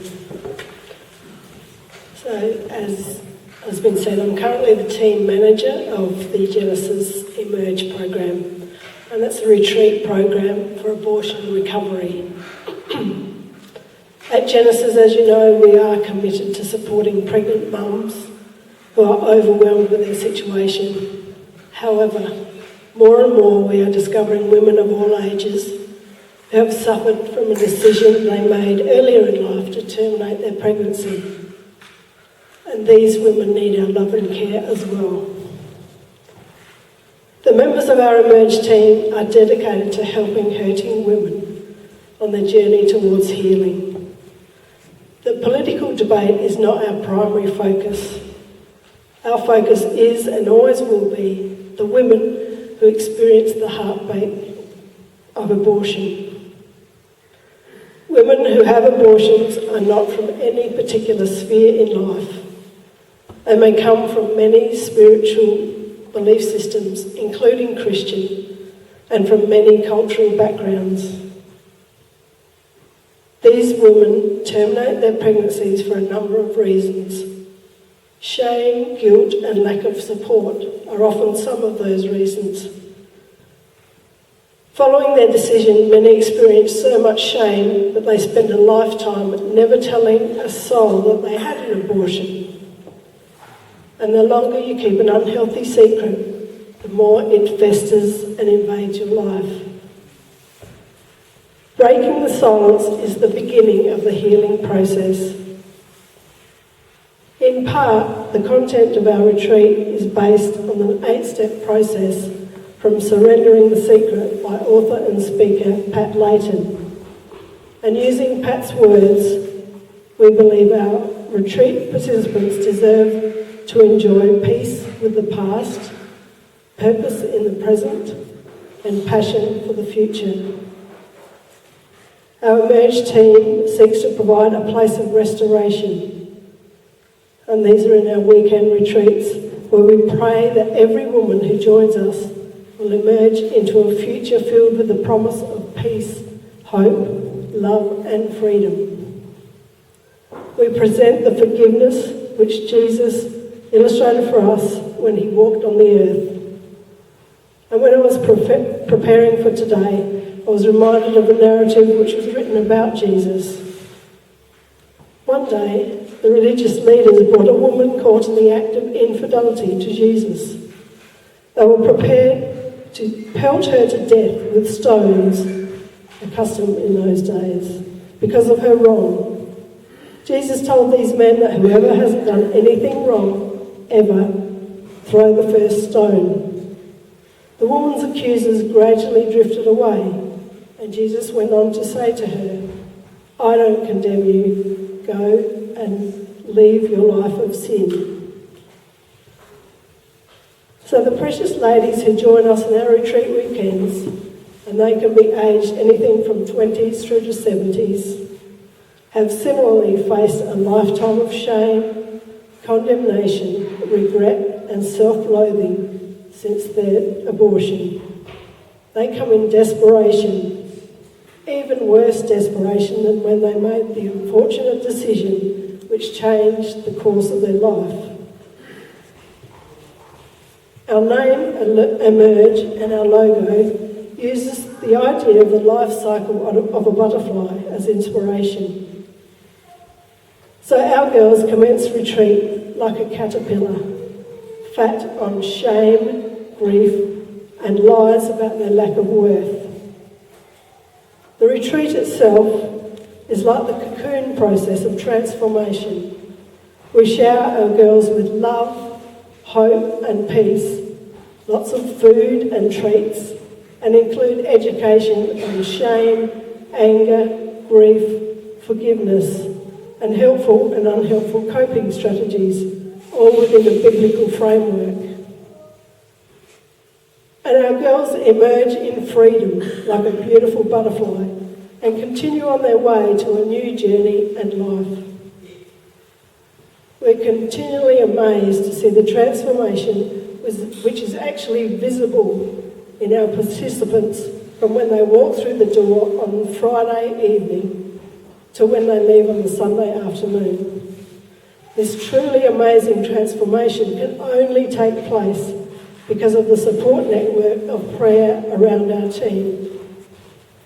Our participants are covered in prayer from when we first meet with them in preparation, during the retreat, and afterwards as we follow up. Those of us who haven't faced the circumstances which might cause us to abort our baby might wonder, how could you ever make that choice? And unless you walk in those shoes, you might never understand. However, not understanding doesn't mean not being in a position to support. So I'm just going to give you a snapshot of a few stories that I've heard from women over the time that I've been on the team, and it's at the time of their decision making. So there's the mum whose husband, after several children and now another pregnancy, tells his wife whether she aborts the baby or not, he is leaving her. The wife chose abortion against her beliefs, thinking she cannot see how she can support another child and be alone as well. The husband, after the event, tells her he was manipulating her because he simply didn't want another child, but was enjoying some freedom without a preschooler in the home. They are still married, but at what cost? Alongside this is the woman's girlfriend who chose to say nothing to dissuade her friend and took her to the clinic. Regret, grief, relationship breakdown. Can we mentor or help the young wives around us so they don't feel trapped in a situation such as this? We've been told several times that if just one person had said it would be okay, they could keep their baby, or if they'd been offered help, they may not have had an abortion. Can we be the one who gently reminds our friend of the morals they hold dear, or that we will support them as they struggle with pregnant life in the midst of such pressure? Then there's the mum who, through financial insecurity, lost her children to a former partner and now finds herself in a new relationship and pregnant. The dominating new partner takes her, against her will, to have a termination. Not once, but twice. The first time she told the nurse, well, he's one then. And she was told, because you said that, we can't do anything today. The second time, the same nurse, same situation, same pregnancy, accepted her and took her through the procedure. Betrayal, overwhelming grief upon grief, relationships shattered. Do we turn a blind eye to partner abuse, which can form which can force a woman to go through such an abhorrent situation. And there was a mum and wife who had an affair, became pregnant, went to her doctor for confirmation, and was surprised that termination of the pregnancy was the first recommendation. She went ahead with the advice. Over 40 years later, she continues to live with secrets, shame, unforgiveness, a lifetime of regret and pain. How many doctors are there who say, as one said to me, if I don't recommend an abortion in these situations, someone else will? Can we lobby our local doctors with stories of ongoing pain that these women will face and give them a list of resources or supporters for their patients to continue with their pregnancy? Our team has a doctor who volunteers on call if required during our retreats. That doctor has chosen never to recommend an abortion to a patient. We also recommend a supportive counselling psychologist for our contacts or our retreat participants if they need ongoing help following retreat, or even if they choose not to come to retreat. And we also recommend ongoing Bible study to continue the healing process after retreat. Help before making the abortion choice to save lives, and help following the choice to save a woman's life. And there was also a mum who was beginning a successful career and told a fellow employee that she was pregnant, but it wasn't the right time, so had decided to book a termination. Despite her colleagues' conversations and influence, she went ahead with her decision. Sadness, regret, career success, at what cost? How much pressure does our society put onto individuals to succeed, no matter the cost? And there is the mum, an overseas student on an overseas student visa, who booked a termination because of the overwhelming pressure of simultaneously studying, earning a living, paying back student debts, no access to extended family in Australia, and needing to support her husband and daughter. She requested time off work for the termination. Her Christian work supervisor didn't remain silent. She suggested that before she went ahead with the appointment, she could ring us at Genesis Pregnancy Support for help. After a phone chat where her inbuilt values were established, she cancelled her abortion appointment, and with support is continuing her pregnancy and feels able to have her baby. We can all be this kind, caring lady and listen to the conversations around us and be a conduit for support, care and saving a precious life. Yes, how much better if we save the babies, but if we don't, all is not lost. We can save the mums. We can still support those who live with regret and shame. And as Jesus said to the woman, I don't condemn you. We can show those around us the love that Jesus showed. And now I will invite Jill Wilkinson from our team to speak.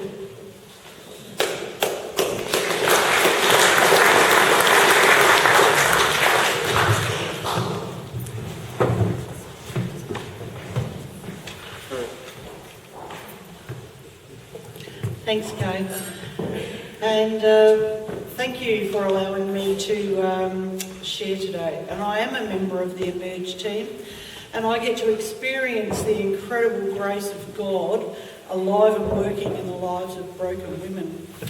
I understand the women that come to us because when I was in my early 20s, I had 2 abortions. The first was because my husband made me against what I wanted, and 2 years later I left him because I felt like I was 100 years old and there was nothing else to look forward to ever again. Then I fell pregnant again in a less than ideal situation, and I thought, well, how much worse can the pain of loss be?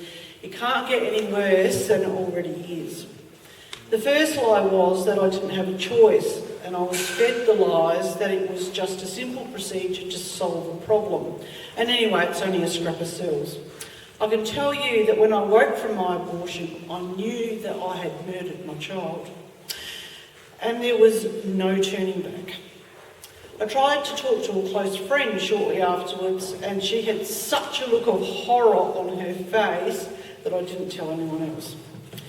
The second lie was that another abortion couldn't cause any more pain than what I was already experiencing, and that could not have been further from the truth. I absolutely loathed myself. I tried to bury my pain and get on with my life, but it spiralled into substance abuse and a promiscuous lifestyle. 8 years after my abortion, I was married again and living in a combi van, smoking drugs all day, every day, living in forests and on beaches, when I decided that I wanted a child. That was not a very smart idea. Well, that opened Pandora's box of pain and grief, and I ended up in a padded cell in a psych ward in Cairns with my husband that had no idea what was going on. We as a team have had the privilege of time spent learning from a Western Australian woman, Julie Cook, who has worked with women who are suffering from post-abortion grief for 25 years. She says that most women would rather not abort their child. However, many feel under a lot of pressure from many different directions. In her opinion, women suffering post-abortion exhibit crazy behaviour with a lot of self-destructive tendencies. There's no clear pattern to their grief, but they live erratic lives and generally sabotage all their relationships. Many women who abort their babies feel that they never deserve any happiness and certainly expect nothing good to happen in their lives. I believed for many years that I was not worthy of love from anyone, even when I had a loving Christian husband. It's a shame and a guilt that loves to cling on. We at Emerge call post-abortion grief a disenfranchised grief because it's a grief that's very, very difficult to share. Who's going to feel sorry for you? It was your choice after all, and really, it's just nothing but a scrap of cells. Julie Cook told us that she once asked a doctor to help a woman who was suffering dreadfully with mental health after an abortion. His reply was this: to admit that abortions cause psychological problems would be committing professional suicide. But Julie Cook went on to say that an English medical paper, there was an article stating that studies showed at least 10% of all mental health problems were found to be directly related to abortion. Being a mother was all I ever wanted in life from a young age. When I went completely mad, it was because I was thinking about standing before God and asking Him for a child. Standing there, I knew that I deserved death, and even that would be too good for me. I can tell you now that if I had had a handwritten letter from everyone in the whole world, it would have meant nothing.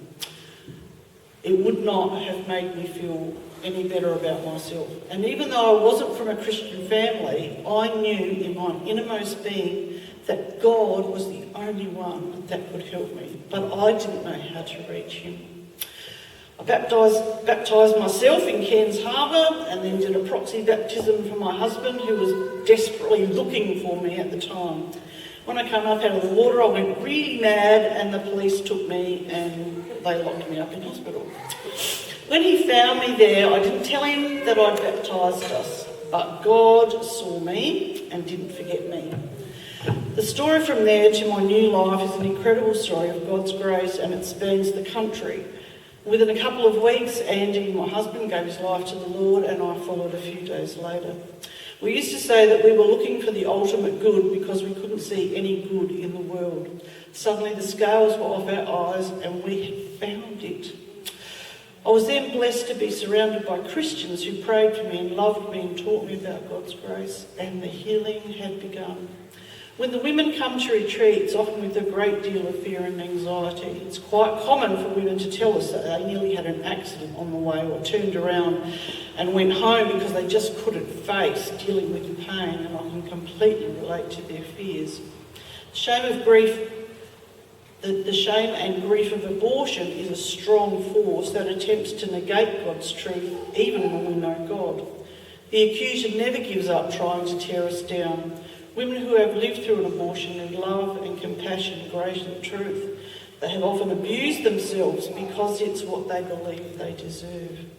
At Emerge retreats, we aim to love women and replace the lies of the accuser with the truth of God's word and share his grace that is sufficient to set us free. My story is not one of how bad I was, but a story of how good God's grace is. Because of that grace, I have 3 sons, 3 daughters-in-law and 2 grandsons, and a husband who, despite the odds, has loved me through all this craziness. I also know that one day I will see my heavenly children and spend eternity with them, worshipping God.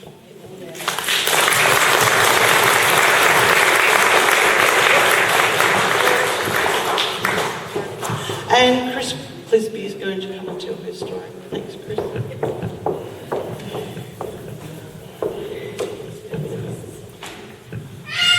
Good afternoon. It's been a long day. Hi, my name is Chris, and I was raised in a Christian home, but at 21 I rebelled and I started making wrong choices, which led to my having an abortion. I have been married twice to the same man, which is a beautiful redemption story. We have 2 children and a grandson. And after seeing the transformation and the love of Jesus in my ex-husband's life, I wanted it too.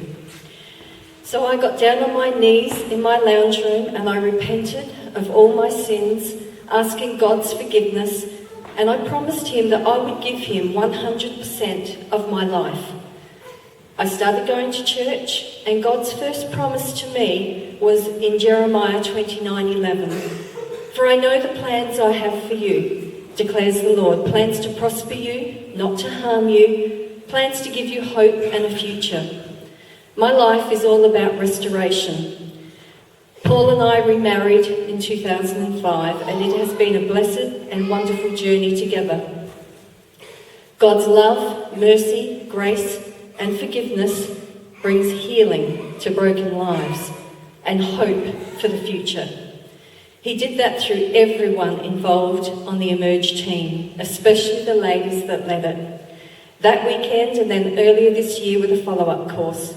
I will be forever grateful for their love, their care, their compassion and their commitment. My hidden shame of 34 years became my freedom story, and the reason why I share it is that I am giving a voice to my unborn, to the voiceless, and hope for women who are still held in the bondage of shame. Your story is powerful. You deserve healing and freedom. Your past is not your future. I had an abortion in my early 20s, and the reason the doctors that gave me permission for it was due to my mental health, because it was an unplanned pregnancy. So what was the state of my mental health? I was distressed about the shame that it would bring to an unwed mother, being an unwed mother, for me, for my Christian family, for the church, how they would perceive me. I was anxious and distressed about my finances. How would I raise a child on my own? I was not offered any other options. An unplanned pregnancy, their solution is abortion. But it was my pride that stopped me from going to my parents and telling them that I was pregnant. It was my pride that stopped me from letting other Christian people know that I was pregnant. Back then, being an unwed mother was looked down upon. How the moral compass has changed. So my parents would have financially and emotionally helped me. But the only way that I knew to hide my pregnancy and my shame of being an unwed mother was through an abortion, because then no one would ever find out. The medical professionals said it was just cells, and I believed them. But I would soon discover what a lie that was. With private health cover, I was booked into a private hospital on a Friday afternoon, and I would have the weekend to recover, and no one would find out. But hours after being discharged, I had complications. I had a raging temperature, I was hemorrhaging, and I was writhing in pain. My doctor was called. He told my flatmate to ring a locum. It was early hours of the morning, and when the locum came, he immediately rushed me by ambulance to the Modbury Hospital and into intensive care. I had septicemia. It was blood poisoning. It was life-threatening, and my parents had to be notified. I was so scared they'd find out what I had done. My doctor was contacted, but he never showed up. From ICU, I went to a ward, and the pain started back again. A nurse informed me, "It's normal. We've given you something to remove any retained products." She handed me a bedpan and told me to ring the bell when I passed anything. It wasn't long before I passed large blood clots, which were taken away to be examined. She came back to inform me that I had just passed an arm and legs. I was horrified. How could that possibly be when I was told it was just cells? That image has haunted me, and in my anger I sued the doctor, thinking that it would help. All it did, though, was increase my guilt. In my ignorance, I never wanted to know the procedure, because deep down I knew that it was wrong, even though it's legal. I do know now. And every woman who plans to have an abortion needs to be fully informed of what the procedure entails, so she can live with her decision. My baby, or babies, as I believe I had twins, were dismembered. They use mental health as a reason for abortion. But the mental health of women post-abortion is so much greater and more damaging. The South Australian law reform's recommendation is to give all autonomy to the woman because she knows what is best for her. She can only do that if she knows all the facts. For every other operation, we are told in minute detail what that procedure will be, but not for an abortion. I wonder why. In 2016, 173 women had complications. 123 were for retained products. Why is this still happening? How is their mental health today? Were they offered counselling? Because I certainly wasn't. Post-abortion grief is real, and women need to know what the signs are and be encouraged to get counselling. Being told, "Don't worry, you'll get over it because it was the right choice at that time," is not okay. With the technology we now have, we know every stage of fetal development. In the United States, there are 10 states that have passed the heartbeat bill. That's from God. Google it. Janet Porter? That came from God. And look what's happening in the United States. This will stop abortion from the moment a heartbeat is present, which is typically around 6 weeks. The South Australian Law Reform reported, I'm quoting, "Although several parties raised these recent developments in the United States, any such highly restrictive model is outside the Salari's terms of reference. In their operation, any such approach would represent a severe restriction, if not reversal, of the current law in South Australia and elsewhere in Australia." That's our miracle. I believe the question we need to be asking our local MPs are, why was this not put forward by the Attorney General? Why have we not followed the US in the heartbeat bill? Why do they use anaesthetic for in utero operations on babies if they don't feel pain? Why do humans on death row and animals receive anaesthetic and not babies when the same chemical is used to end their lives.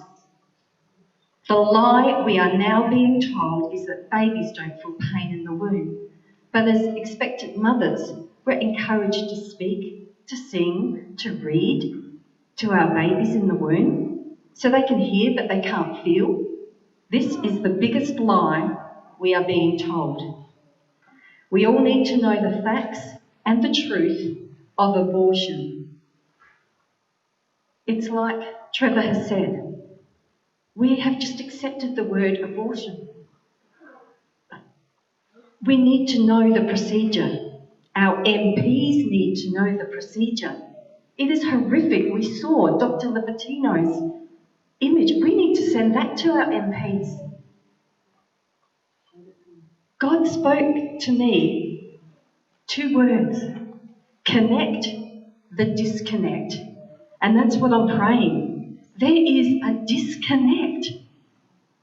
Oh my goodness, this is horrendous. But in the same time, we have hope.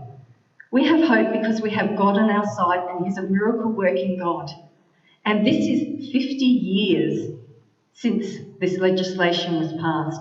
What is 50 years to Christians? This is our Jubilee year. We're going to see change, and it's only through prayer. Prayer, and if the church arises and unites itself. Prayer and fasting, repentance first. I have repented so much, standing on behalf because I can, because I had an abortion. And I'm not proud of it, but what I can do, I can repent on behalf of every woman that has. I'm not standing here because I'm proud that I had an abortion. I'm standing here for the women who are still out there, that are hiding their shame. Women, arise. Arise and speak out. Get help. Go to Emerge. Do you know what today is? 12 months to the day that I went to the Emerge retreat. God is in the details and timing. When you say, I want to do something, He's got a plan in place. And it's for everyone. So please, I pray that we all come together, and from this we will walk away and we will do something. Do something. We know we can pray, but we can write letters to our MPs. And if you're willing to do something, God will make a way where there seems to be no way. So God bless and thank you for hearing me.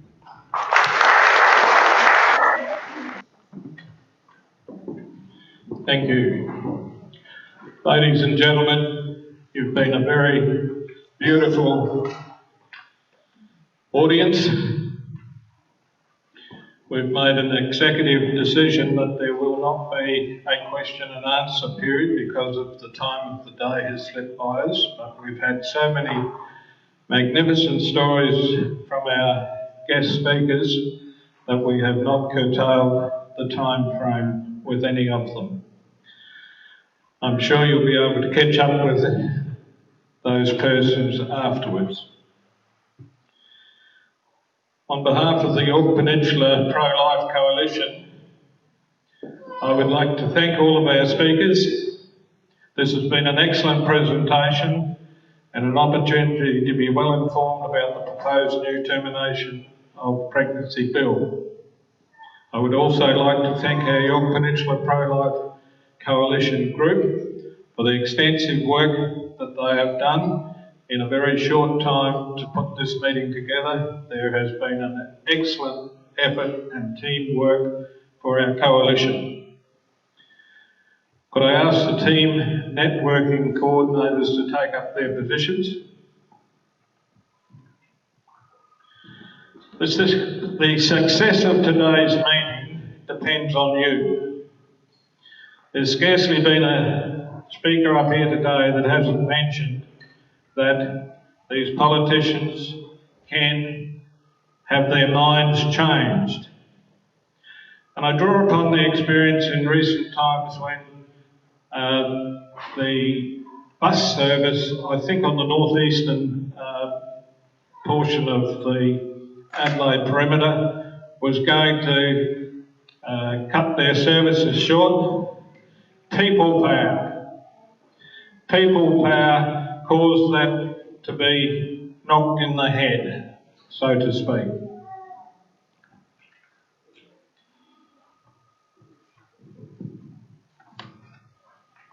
Let your politicians know that a yes vote for the bill inadvertently is a yes vote to murdering babies.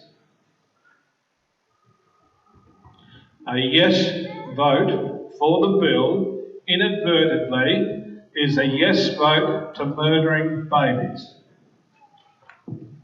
I'm sorry it's blunt, but that's the truth.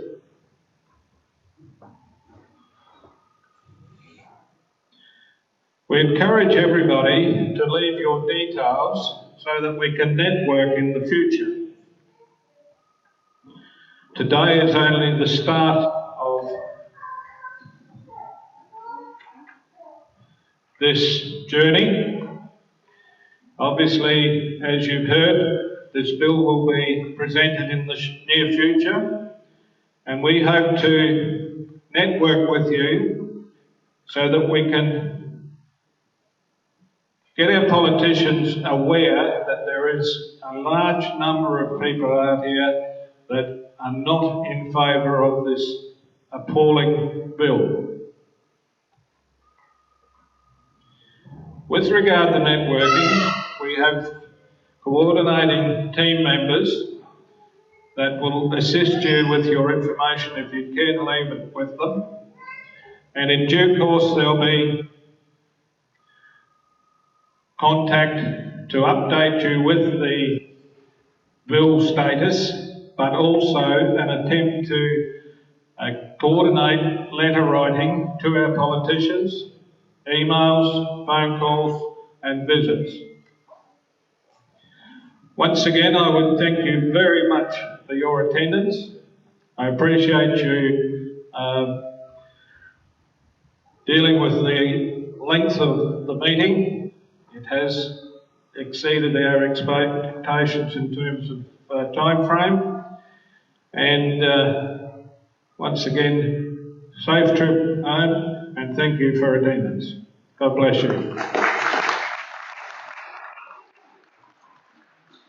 Say thanks to Bob for getting this, all of us together as well. So thanks for that, Bob.